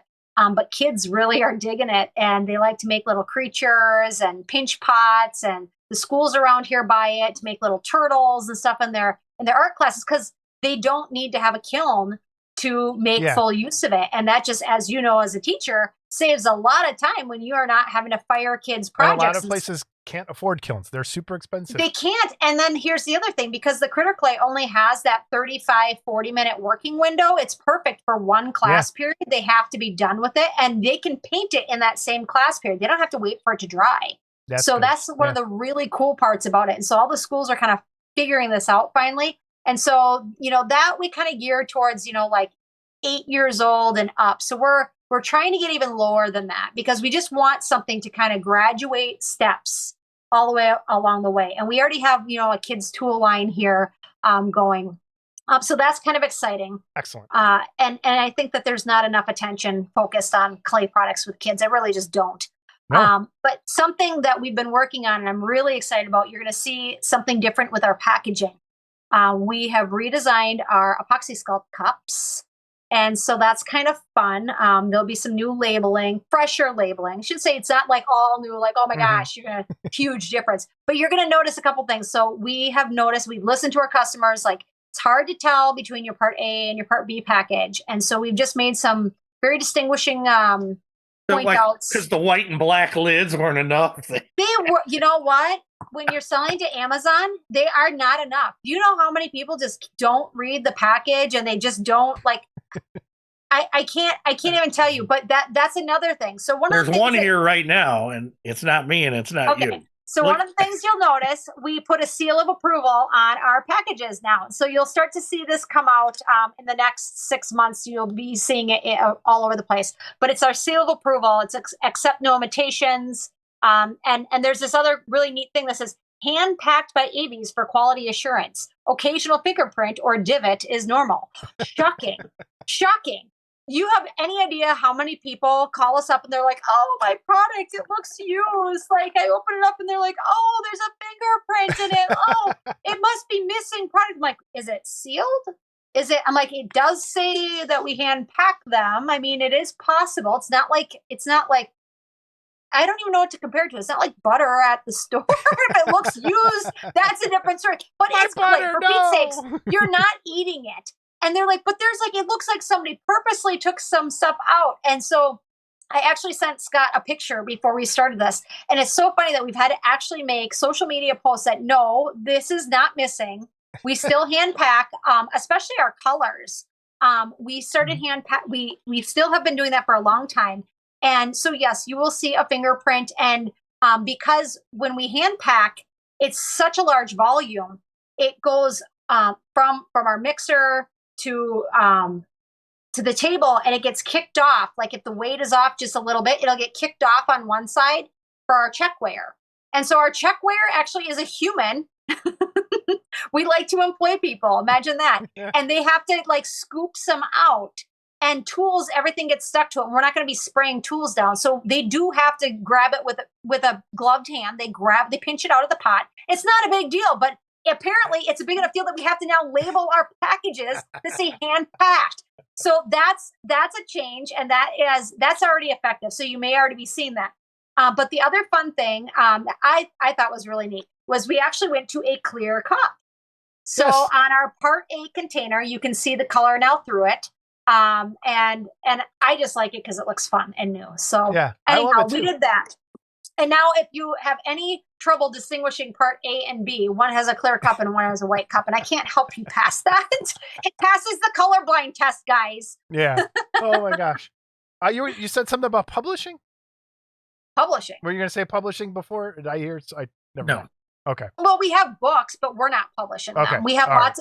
That's part of our tools and supplies on our site. We do have books that have been lots of books that have been written featuring our products, and we do carry some. We carry a Shiplets Brothers book on here.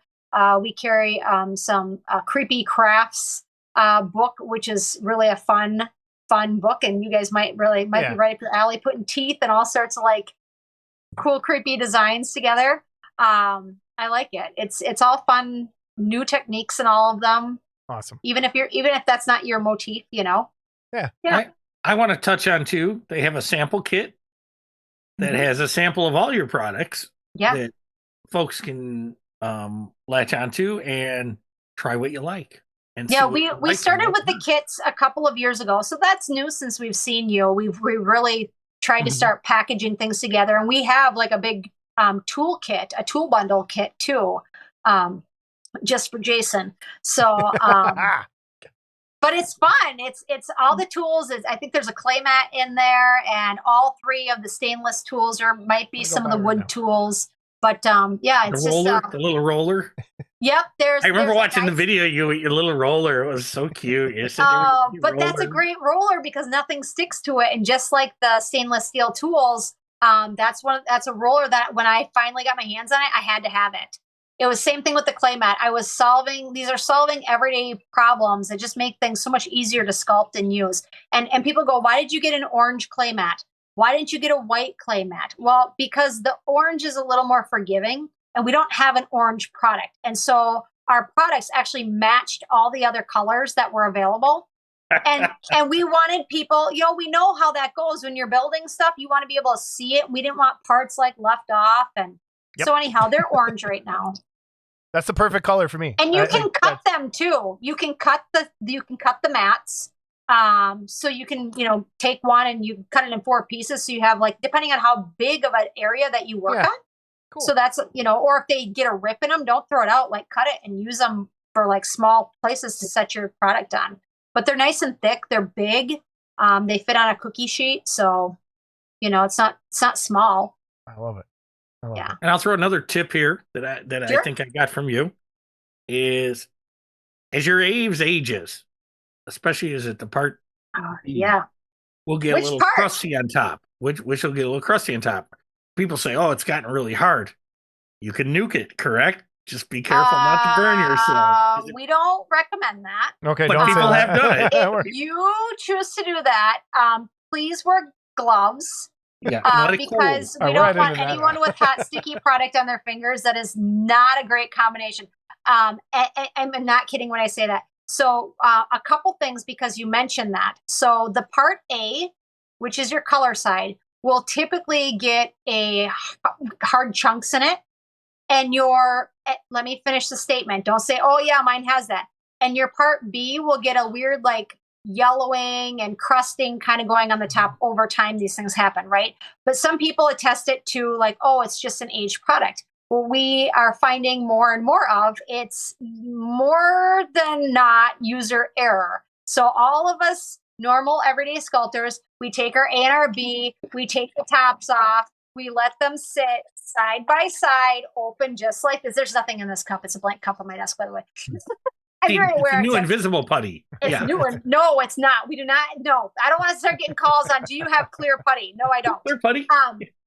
But anyhow, you've got your A and your B, but we all do the same thing. We grab our A and then we grab our B, and we need to be using separate tools and separate fingers in our A's and B's. So making sure that your components always stay separate is really, really important for the shelf life of your product. And you will notice very quickly, and if you're a culprit of it, you can probably right now go to your part A and B container, open them up and see remnants of both components in there. And you'll go, oh crap, I am doing that without even thinking about it. Like I've been doing that the whole time. That's why your product's aging. So stop doing that. Separate tools and fingers, very important, and close your containers when they're not in use. And what is the shelf life on a normal epoxy sculpt, would you say? That's a trickery question, because typically it's 2 to 3 years, but I can personally attest, and so can a lot of other people, that I have stuff that's 5, 6 years old and it works perfectly. Depends how it's stored. If you're storing it in a cool, dry place and it's not sitting in front of like direct sunlight or a heat source or a major fluctuating temperature, then it's not going to last as long. So proper storage is a big deal, but really, I mean, if it sits on your workbench for 2 years and has sunlight coming through and whatever, no big deal. Just use the stuff up or buy smaller containers so you use it up faster. Part B is the hardener. And so when we talk about hardeners in the epoxy world, all part B hardener ends up with like a yellowing type of a crust. It's what happens over time. It is a little separation. You can discard it if you want, or you can, just scrape off that part and discard it. Or you can just mix it back into the product. It's not going to hurt you.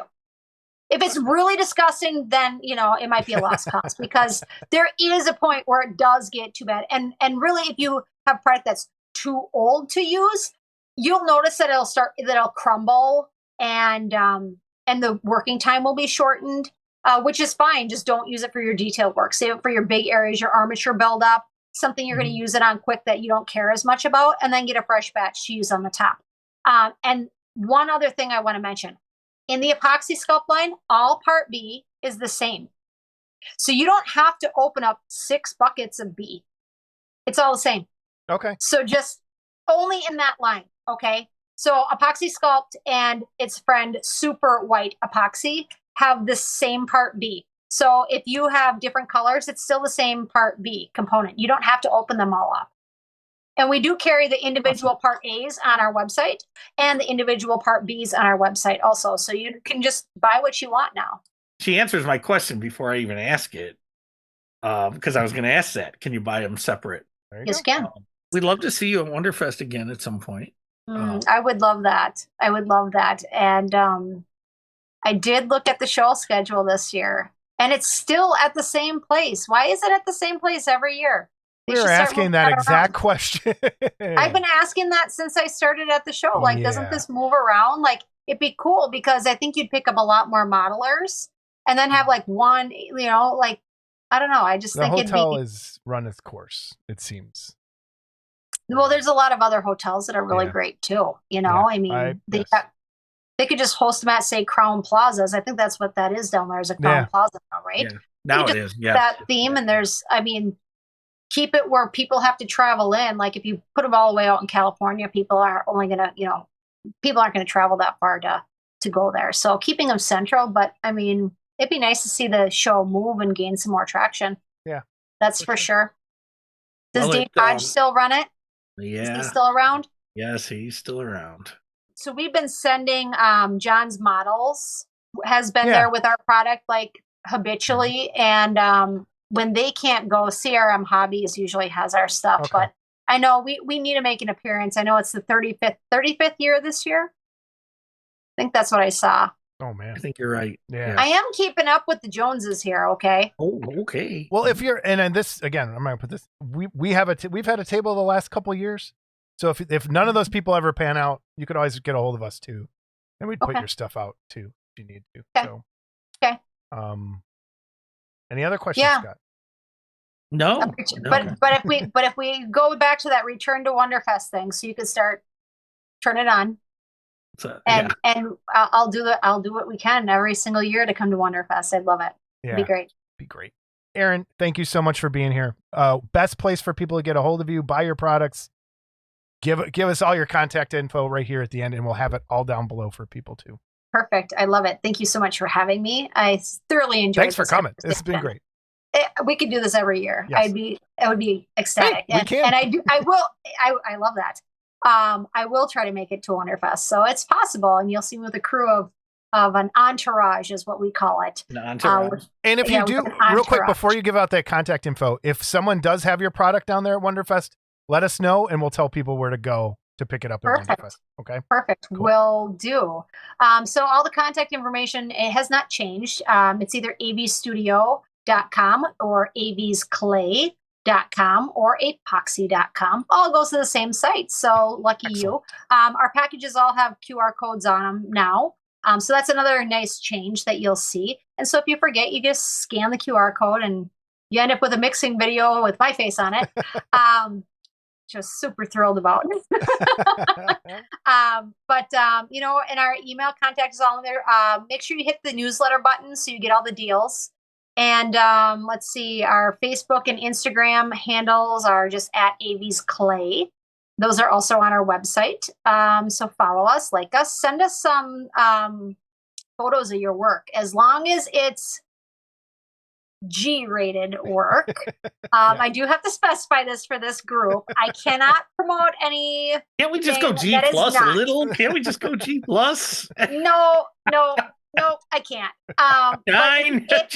We do a featured artist every month in our newsletter, and we tag you on social media. So if you send us 6 or 8 pictures that are appropriate content to use that we aren't going to get shadow banned for, and a little blurb about how you use our products, it has to be something made with our epoxy products or our other products. Yeah.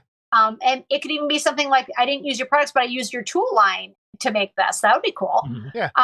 So yeah, we promote our artists all the time. We love pictures. We love seeing what you guys keep creating with it, and don't stop.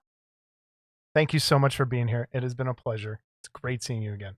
Yeah. Great seeing you guys too. We love interviews that go so smooth. So Love it. Me too. Awesome. They're the best. You guys have a fantastic night, and thanks for everybody watching. And if you have questions, hit us up on the website, and feel free to use our AI chat. There's lots of fun little features that go with that, and we've tried to trip the chat up. Awesome. So don't think that you're going to trip it up. Cool. All right. We'll see you next time. We'll see you next time. All right, Scott. That was Erin. that was Aaron. So Aaron's the best. she is the best. She is the best. What'd we get in the mail, Scott? Well, so after the interview, I You ordered know. first that night. Immediately after we hung up, I had to have the tools. I was like, I got to have those 3 tools. So I ordered the 3 tools. And You are a tool. I am a tool. So I ordered the 3 tools. Talk about these in a second. And I ordered the silicone clay mat. Okay. And then when the box showed up a couple days later, much to my surprise, there was a bunch of other stuff in here. And Scott got a little jealous. So then he had to order and got the same stuff, I think. Did you? Some of it? No, I didn't get that. Oh. So I also got the Nita mold. But I have some. So I think that's probably why you didn't get it. You know what? I support the company. I have 4 buckets of the stuff over there. Don't tell me I don't. Okay. And then it also came with their new Metalizer stuff. Their new Metalizer series that we were just talking about, the patinas. Oh, I see you destroyed it. So no, this is how it kind of came. Oh, mine came very neat. I'm just saying. Kind of shifted around. So it has your patinas in there. And then I also did get, that came with some spritz bottles. And Scott was worried I didn't get a sticker, but I did. That's so bullshit. This is going to go right. Because you were supposed to put a code in to get that sticker. Okay. Which leads me to my order. Okay. In that I didn't order the silicone mat, and I don't know why. But I ordered the roller. And I ordered the 3 tools. Okay. And I think that's all I ordered. I'm going to open this up now.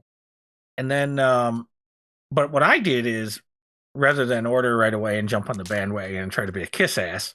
No. Okay.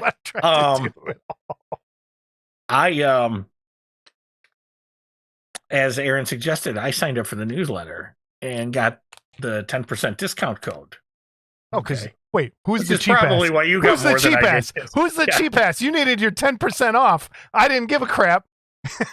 So I think we just outed who the cheap ass is. So anyway, I got my box, and like Jason, I picked my box up and went, "Oh, this is a little heavier than it should be." And Aaron also sent me a set of the metalizer finishes, the metallic finishes, I believe they're called.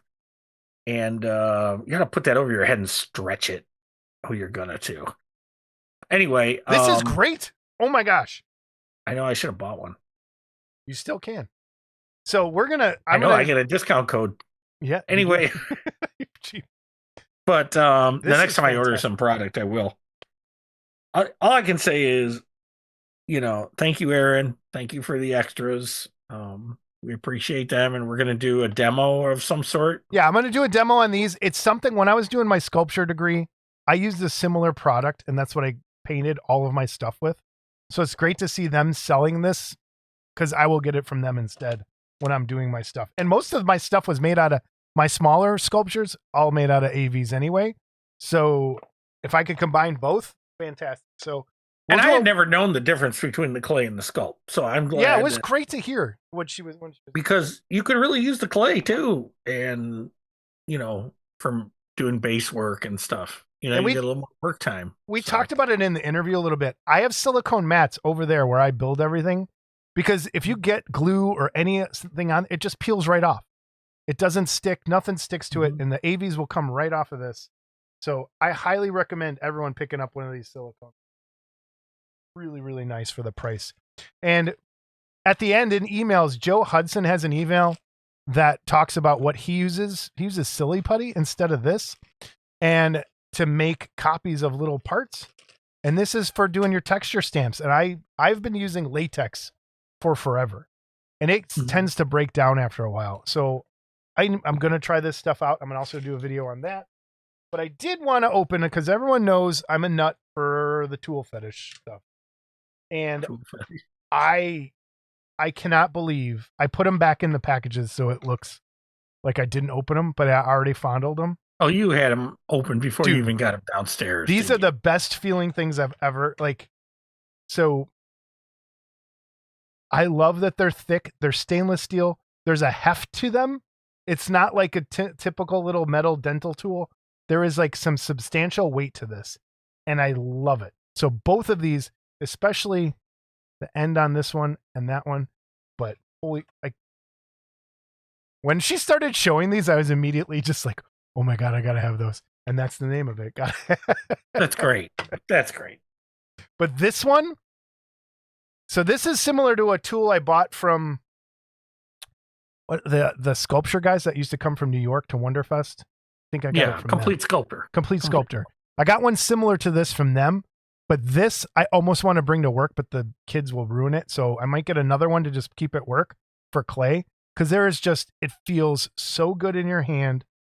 And this, and then onto this one. I was going to do the overhead camera, but I don't think we need to.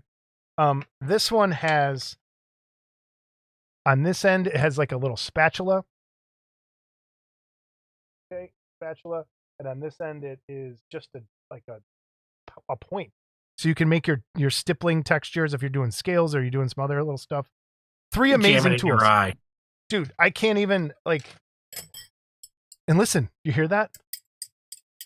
Oh, it sounds so good. Yep. He's going to put his eye out. So thank you, Aves, so much for always being around, for being here a long time with Garage Kid people. And even though we're a bunch of weirdos and probably creeping you out at every turn we can. No, she's a good kid. Yep. So Aves, fine clays, and maches. All right. So that's where we're at.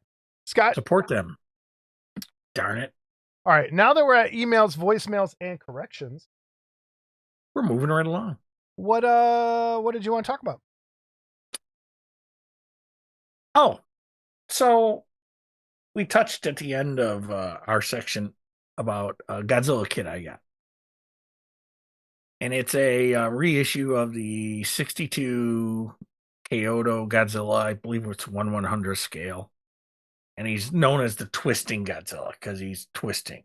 And I can probably get you a picture to put up here if you want. So this was a Kyoto kit. It's been on my want list for a long time. I don't know that I would call it a Grail. I want to have a Grail conversation when you're done talking, but go ahead. Yeah, but anyway, so it's one of the last kits that's been on my list that, I kind of figured I'd never get it because the prices for those things have gone through the roof. Like I have the 64 in the same scale that you try to steal every time you come over. And I hope they reissue that for you, actually. But oh, I don't need to. I just got to wait it out. So I'll outlive you. The way you're gonna poke your eyes out and go blind anyway. But so I got this, and it was really cool, and I opened it.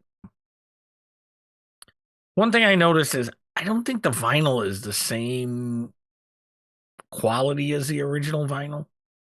Okay, of the 64 that I have. Is it softer? Is it brittle? Harder. Yeah, I think it's harder. Okay. I don't think it's brittle, but I think it's harder. Okay. I love that they call things soft vinyl, but they're basically the vinyl kits, just so everyone knows. They're basically the vinyl we're used to. I'm still fondling as we speak. But that's great, and I'm creepy. So anyway, so I got this kit. And like I said, there were a couple kits that were like on my list for years. And I always said, if you wait long enough, it'll come up if you're willing to pay the price. One of them was the Sean Nagel Lion. And Sean doesn't make it anymore. And I finally was able to get one of those from someone. And this was probably one of the last kits that was on my want list. Like, I'm going to Wonderfest and I'm like, yeah, I'm done. Okay. Now, that's not to say if something cool comes out, I won't buy it. Yeah. But it's kind of weird. It's like, it's complete. And I've experienced this another time when I would only collect Aurora stuff. And all I wanted was the monsters, the superheroes, and the monster rods. And when I got the Godzilla's Go-Kart, the last monster rod, even though it was built up, it was almost anticlimactic. Like, okay, now what? Okay. And that's kind of like what I'm going through right now. Now what? Well, that's I kind of wanted to bring this up when you were talking about. People always say, "Oh, that's one of my grails," and that bugs me because there should really only be one. If it's a grail, it's one thing. So yeah, there's a lot of stuff people want, but there should be that one kit that you're searching forever for, and that's your grail. And when you get it, this is kind of what happens. You're like, "Oh, okay, now what? Just make a new grail, or do you?" So People down below, comment on your Grail stories. What Scott, have you experienced something similar to what Scott's going through? Like, I don't even know if I have a Grail kit. I wouldn't look at this kit and say it was the most Grail kit in my collection. Right. Okay. I mean, I like the 64 better, honestly. Yeah. Okay. But this was a kit I wanted. I liked the pose. I always thought it was kind of cool looking. The 62 Godzilla is kind of silly. They call it the alligator head. Yeah, it has like a frog. It almost looks like a frog. But it's one of the Godzillas I grew up on. You know, you like the Fozzie Bear Godzilla. And I do. Thank God they never made that one bigger. But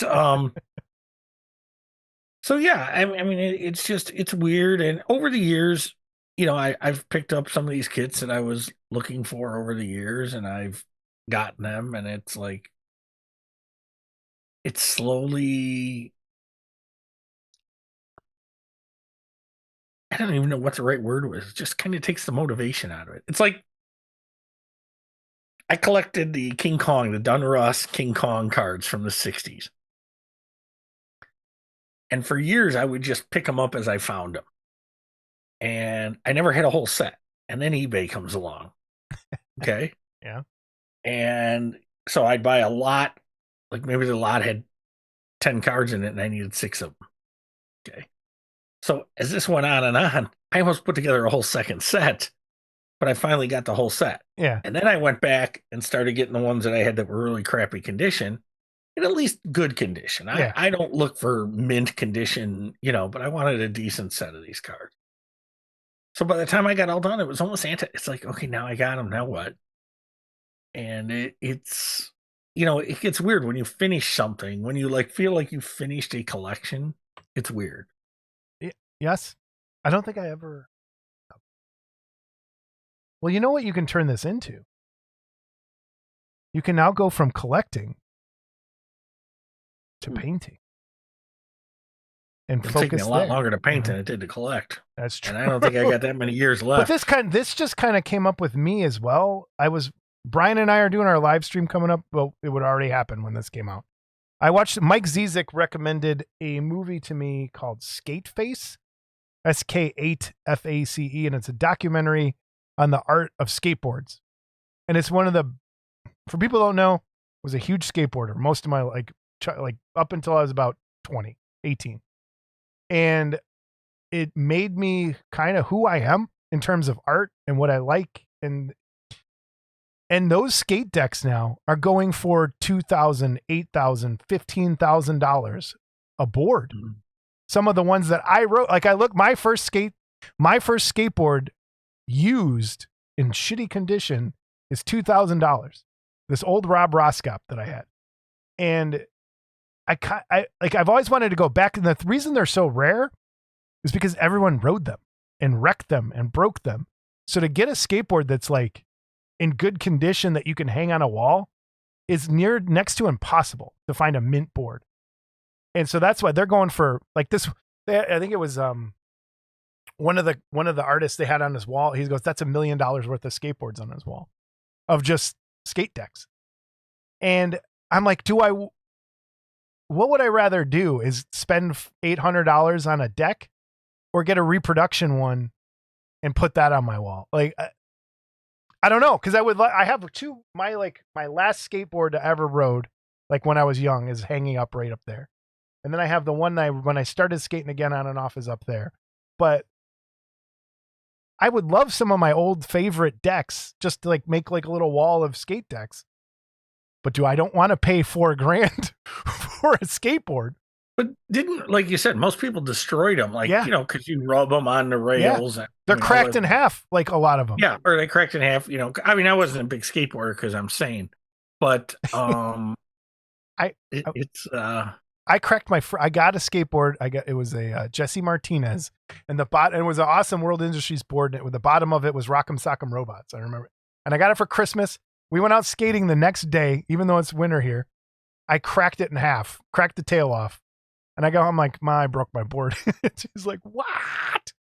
And people don't get it. They break easy if you're doing like the stuff. But it was a great deck. I should have kept it because it was beautiful. because the only thing wrong with it, I've only probably ollied on it 3 times and the tail cracked off. But in my favorite deck of all time, another one that I broke was Nadas Coppice had I'll probably have this conversation with Brian. Nadas Coppice had his artwork for one of his decks was the Challenger explosion. Like with the 2, you know how that classic image of the smoke trail and then they go like that? Mm-hmm. And he did it was a riff on Liechtenstein, the Boom. You know, the big famous pop artist with the airplane that's blowing up and it says Boom. Pop art. Oh man. All right. So he just did that and he put the same thing like Boom. So it looked like pop art, but it was the Challenger explosion. That thing is worth a ton of money, pristine. And it was the first deck I ever broke. Anyway. But it makes me like, I want to collect that stuff again, but there's no end to that. Do I even want to start that? No, I really don't. I don't have room for it, number one. There's a couple I'd like to get, but man, I can't. Speaking of collectors, Forey Ackerman, I noticed this picture online this week, Scott, and it brought up something that I saw you get in a little discussion with that I stayed out of. And it was the color of things and why we paint them certain colors if the things were different for color pictures versus black and white. I noticed you fighting with people online. I didn't fight with anybody. I stayed out of it. I just asked a question. So we're going to leave that aside. A lot of people understood that it was just a question. I know. And a lot of people even had some lighthearted responses to which I responded back lightheartedly. Okay. But it seemed like a few got butthurt because I dared to question them. So, and we can continue this conversation down below in the comments as well. So, Scott, what did you notice about this picture? See if it jumps out at you like it jumps out at me. After immediately seeing that conversation you were having. Well, the Metal Mutant with the pink veins all over. Yes! Was that thing really pink? Probably. So everyone paints it red. And it's the way pink it was. and blue. Well, and see, so the discussion I had, just so everyone knows, was there was a color photo they say is a real color photo. And I don't even know that the photo was real. Okay. But it was Jack Pierce putting the Wolfman's makeup on Lon Chaney Jr. And the face was dark brown, like the hair. Okay. And so my question was, if this is indeed a real photo, why do so many people paint the Wolfman with a flesh face? Now, a lot of it was, well, it was a black and white movie and this and that. Okay. You know what? I can get down with it, but I've yet someone show me a still from that movie in black and white that doesn't look like the face is still dark. Right. Yeah, it does. Okay? It looks dark. Okay. But what it was, there was a lobby card, I think, where they did make his face flesh. Okay. Okay. And I know why, and you know why. Can we say why? Can I say why? Sure. Their word was... What year did this movie come out? 1941, I think. 1941. Black people weren't all that popular back then. Well, and if the Wolfman looked like a black person, maybe that's a good point. I have a feeling that has a lot to do with it. But again, it wasn't. I've never seen the movie. I've seen the movie. I've never seen the movie. That movie I've seen plenty of times. Yeah. But I've never seen any of the movies with the Wolfman in it.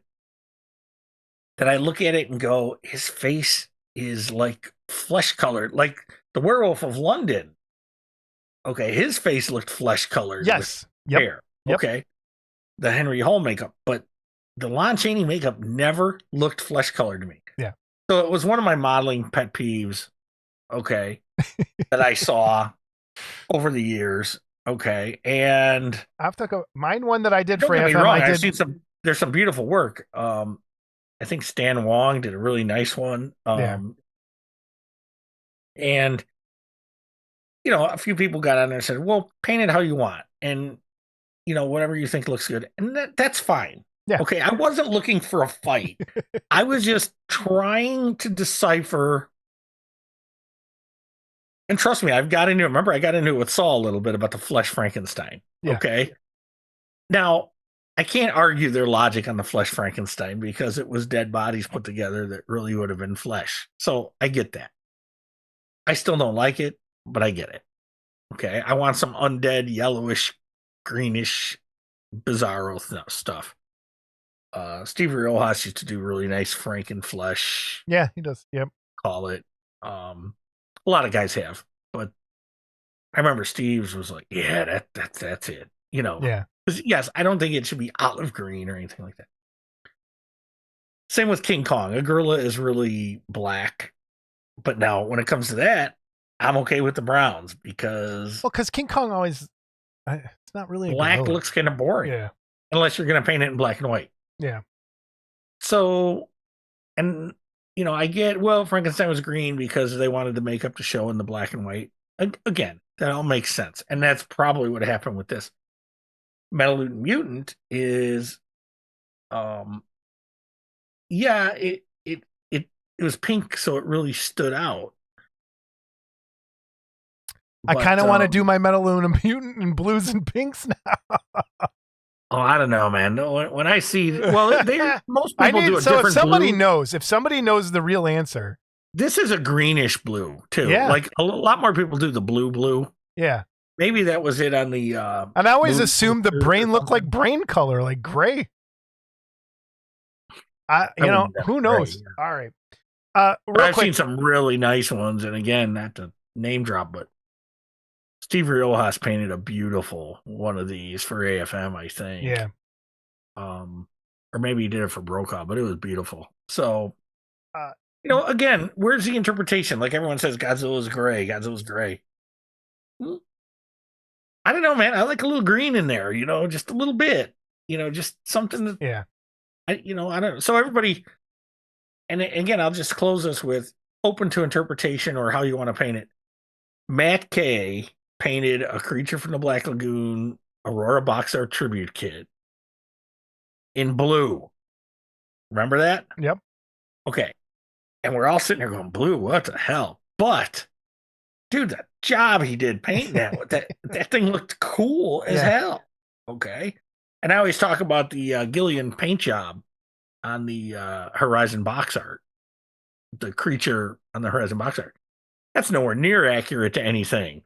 Okay, but there it is. Yep. So I just realized I never changed the background from last episode. Oh well. Yeah, 2 in a row. We're good. This is a really dumb picture, but I thought it was cool. And I love Steak and Shake. And they've been pretty awesome on X lately because they've switched over to beef tallow to be more healthy to fry all their stuff in.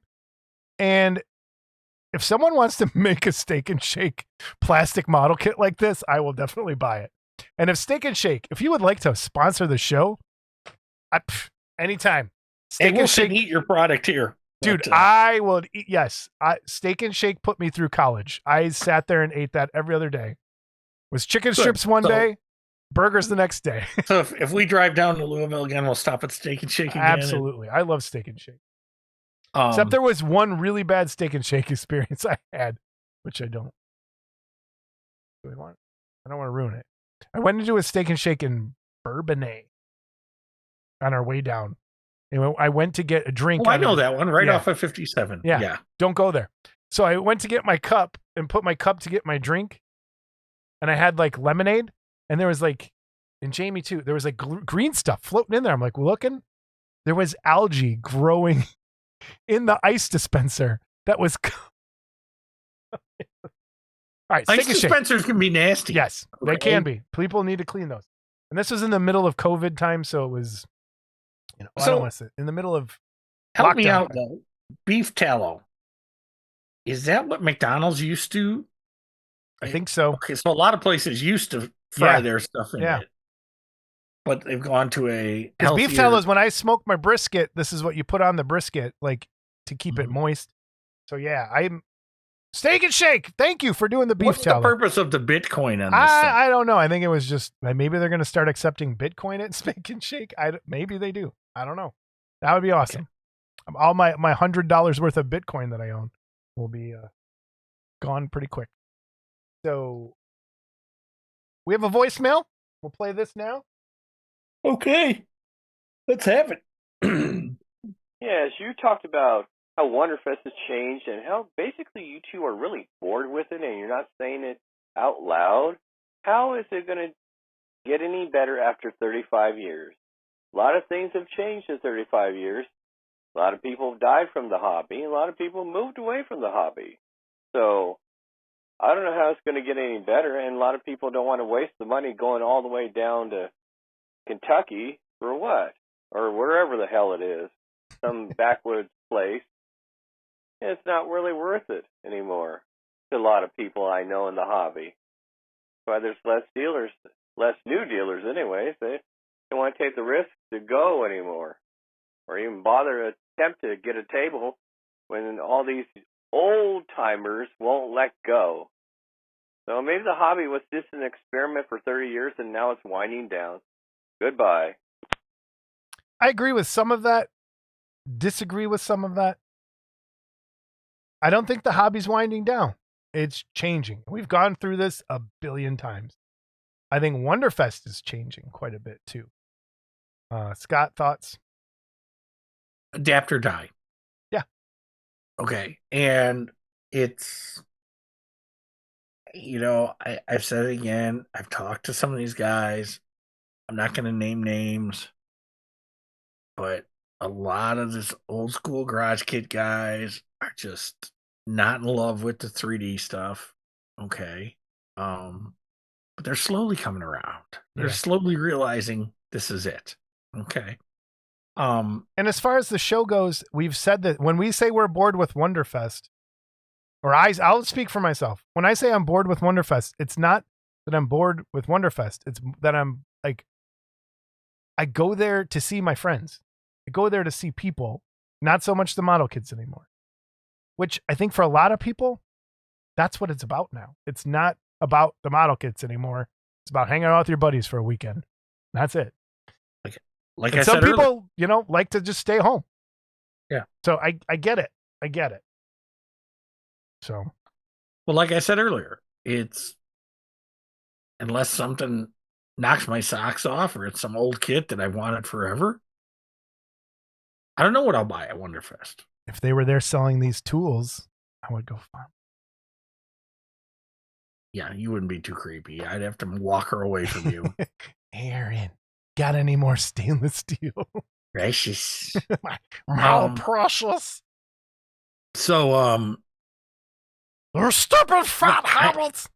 I don't know what, I'll buy just simply because, again, when does the madness stop? You've been in my basement. Some of our viewers have seen the stash. Yeah. When does the madness stop? Not to say I won't buy things that I see that I like, but I've become a lot choosier or what would be the right word? Picky. Yeah. And, so it is what it is, I'm just going to do my thing. Yeah.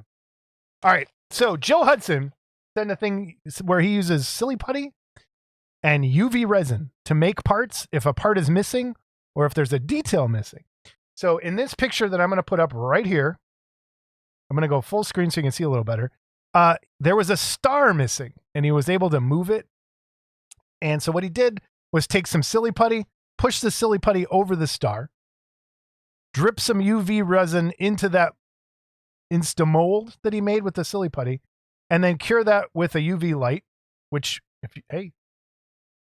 get some UV resin. It works wonders. And then you have the star, a copy of it. He also sent me this is what he did before as well. This was a part that he copied.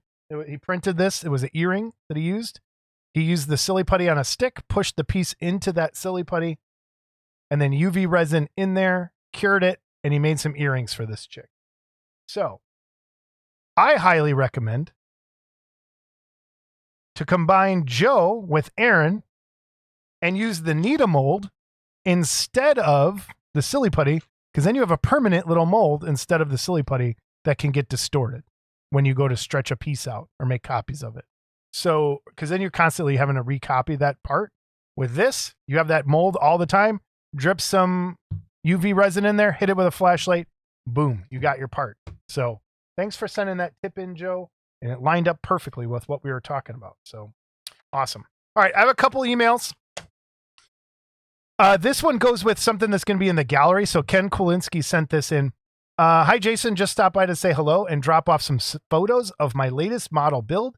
This is a 1980 MPC kit, fun dimensions, molded on the inside of some parts. They did that with some of the old kits when they traded model molds to companies, leaving the last manufacturer on its molded parts. This model is the General 440 engine and tender, 26 inches long, finished on base. Not recommended for average builders, skilled modelers only. I built this for my older brother who worked in a hobby shop back in the 50s and 60s. He asked me to build this for him. He no longer can build models. I put a photo of a store ad from where he worked in the attachments. Photos of a few of his built models and ships and a few airplanes hanging up on the ceiling of our basement above our train set back in 1959. I hope you can use the photos on Model Club TV. So I'm going to put this all in the gallery. I've had some up while we were talking, but for those people wondering what this was in the gallery, that email explains it.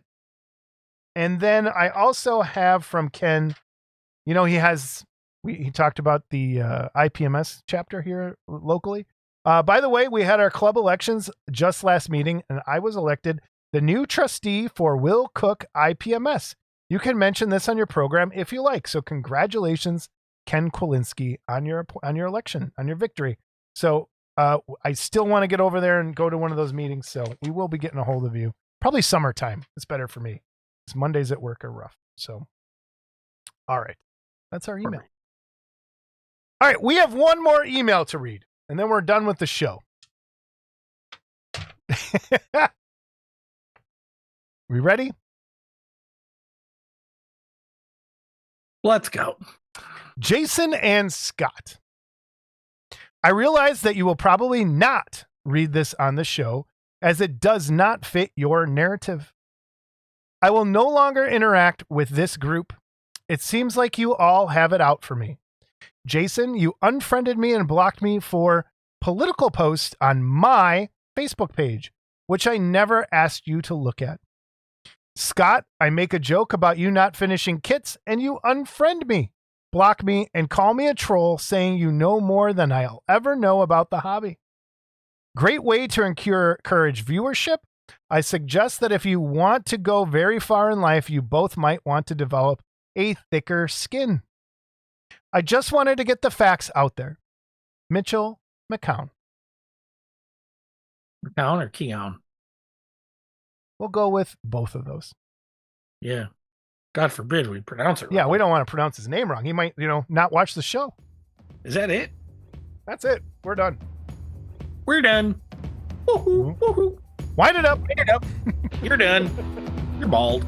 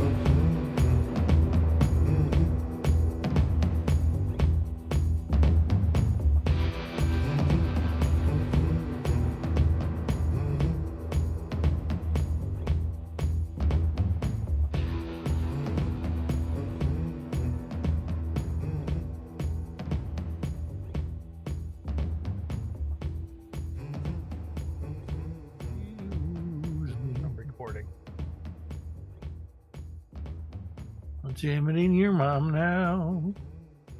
Even if she was a fat cow. Boom, boom, boom, boom, boom, boom. How you doing? Great. That's good. You know how that I fucking With your no print ass. fuck you. Fuck you. So you know how my click glasses have the magnet in the middle right there? Yeah.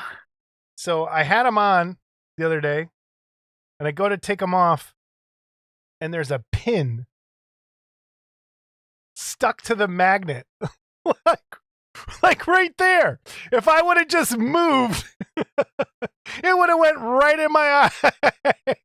That is something that would only happen to you. Where's my glasses? Do you ever think you should change the way you live your life? No. Because Wait, you see this? Wait, it was You're like not- this. Can you? Oh wait, how do I show this? You see how that's kind of like on there? Yeah. It was like that, and I didn't even notice that it's like pointing towards my eye. you need to get right with the Lord. Okay? There's something wrong. It's like Final Destination over here. Fuck. Oh man. Yeah. All right. You ready? Hold on.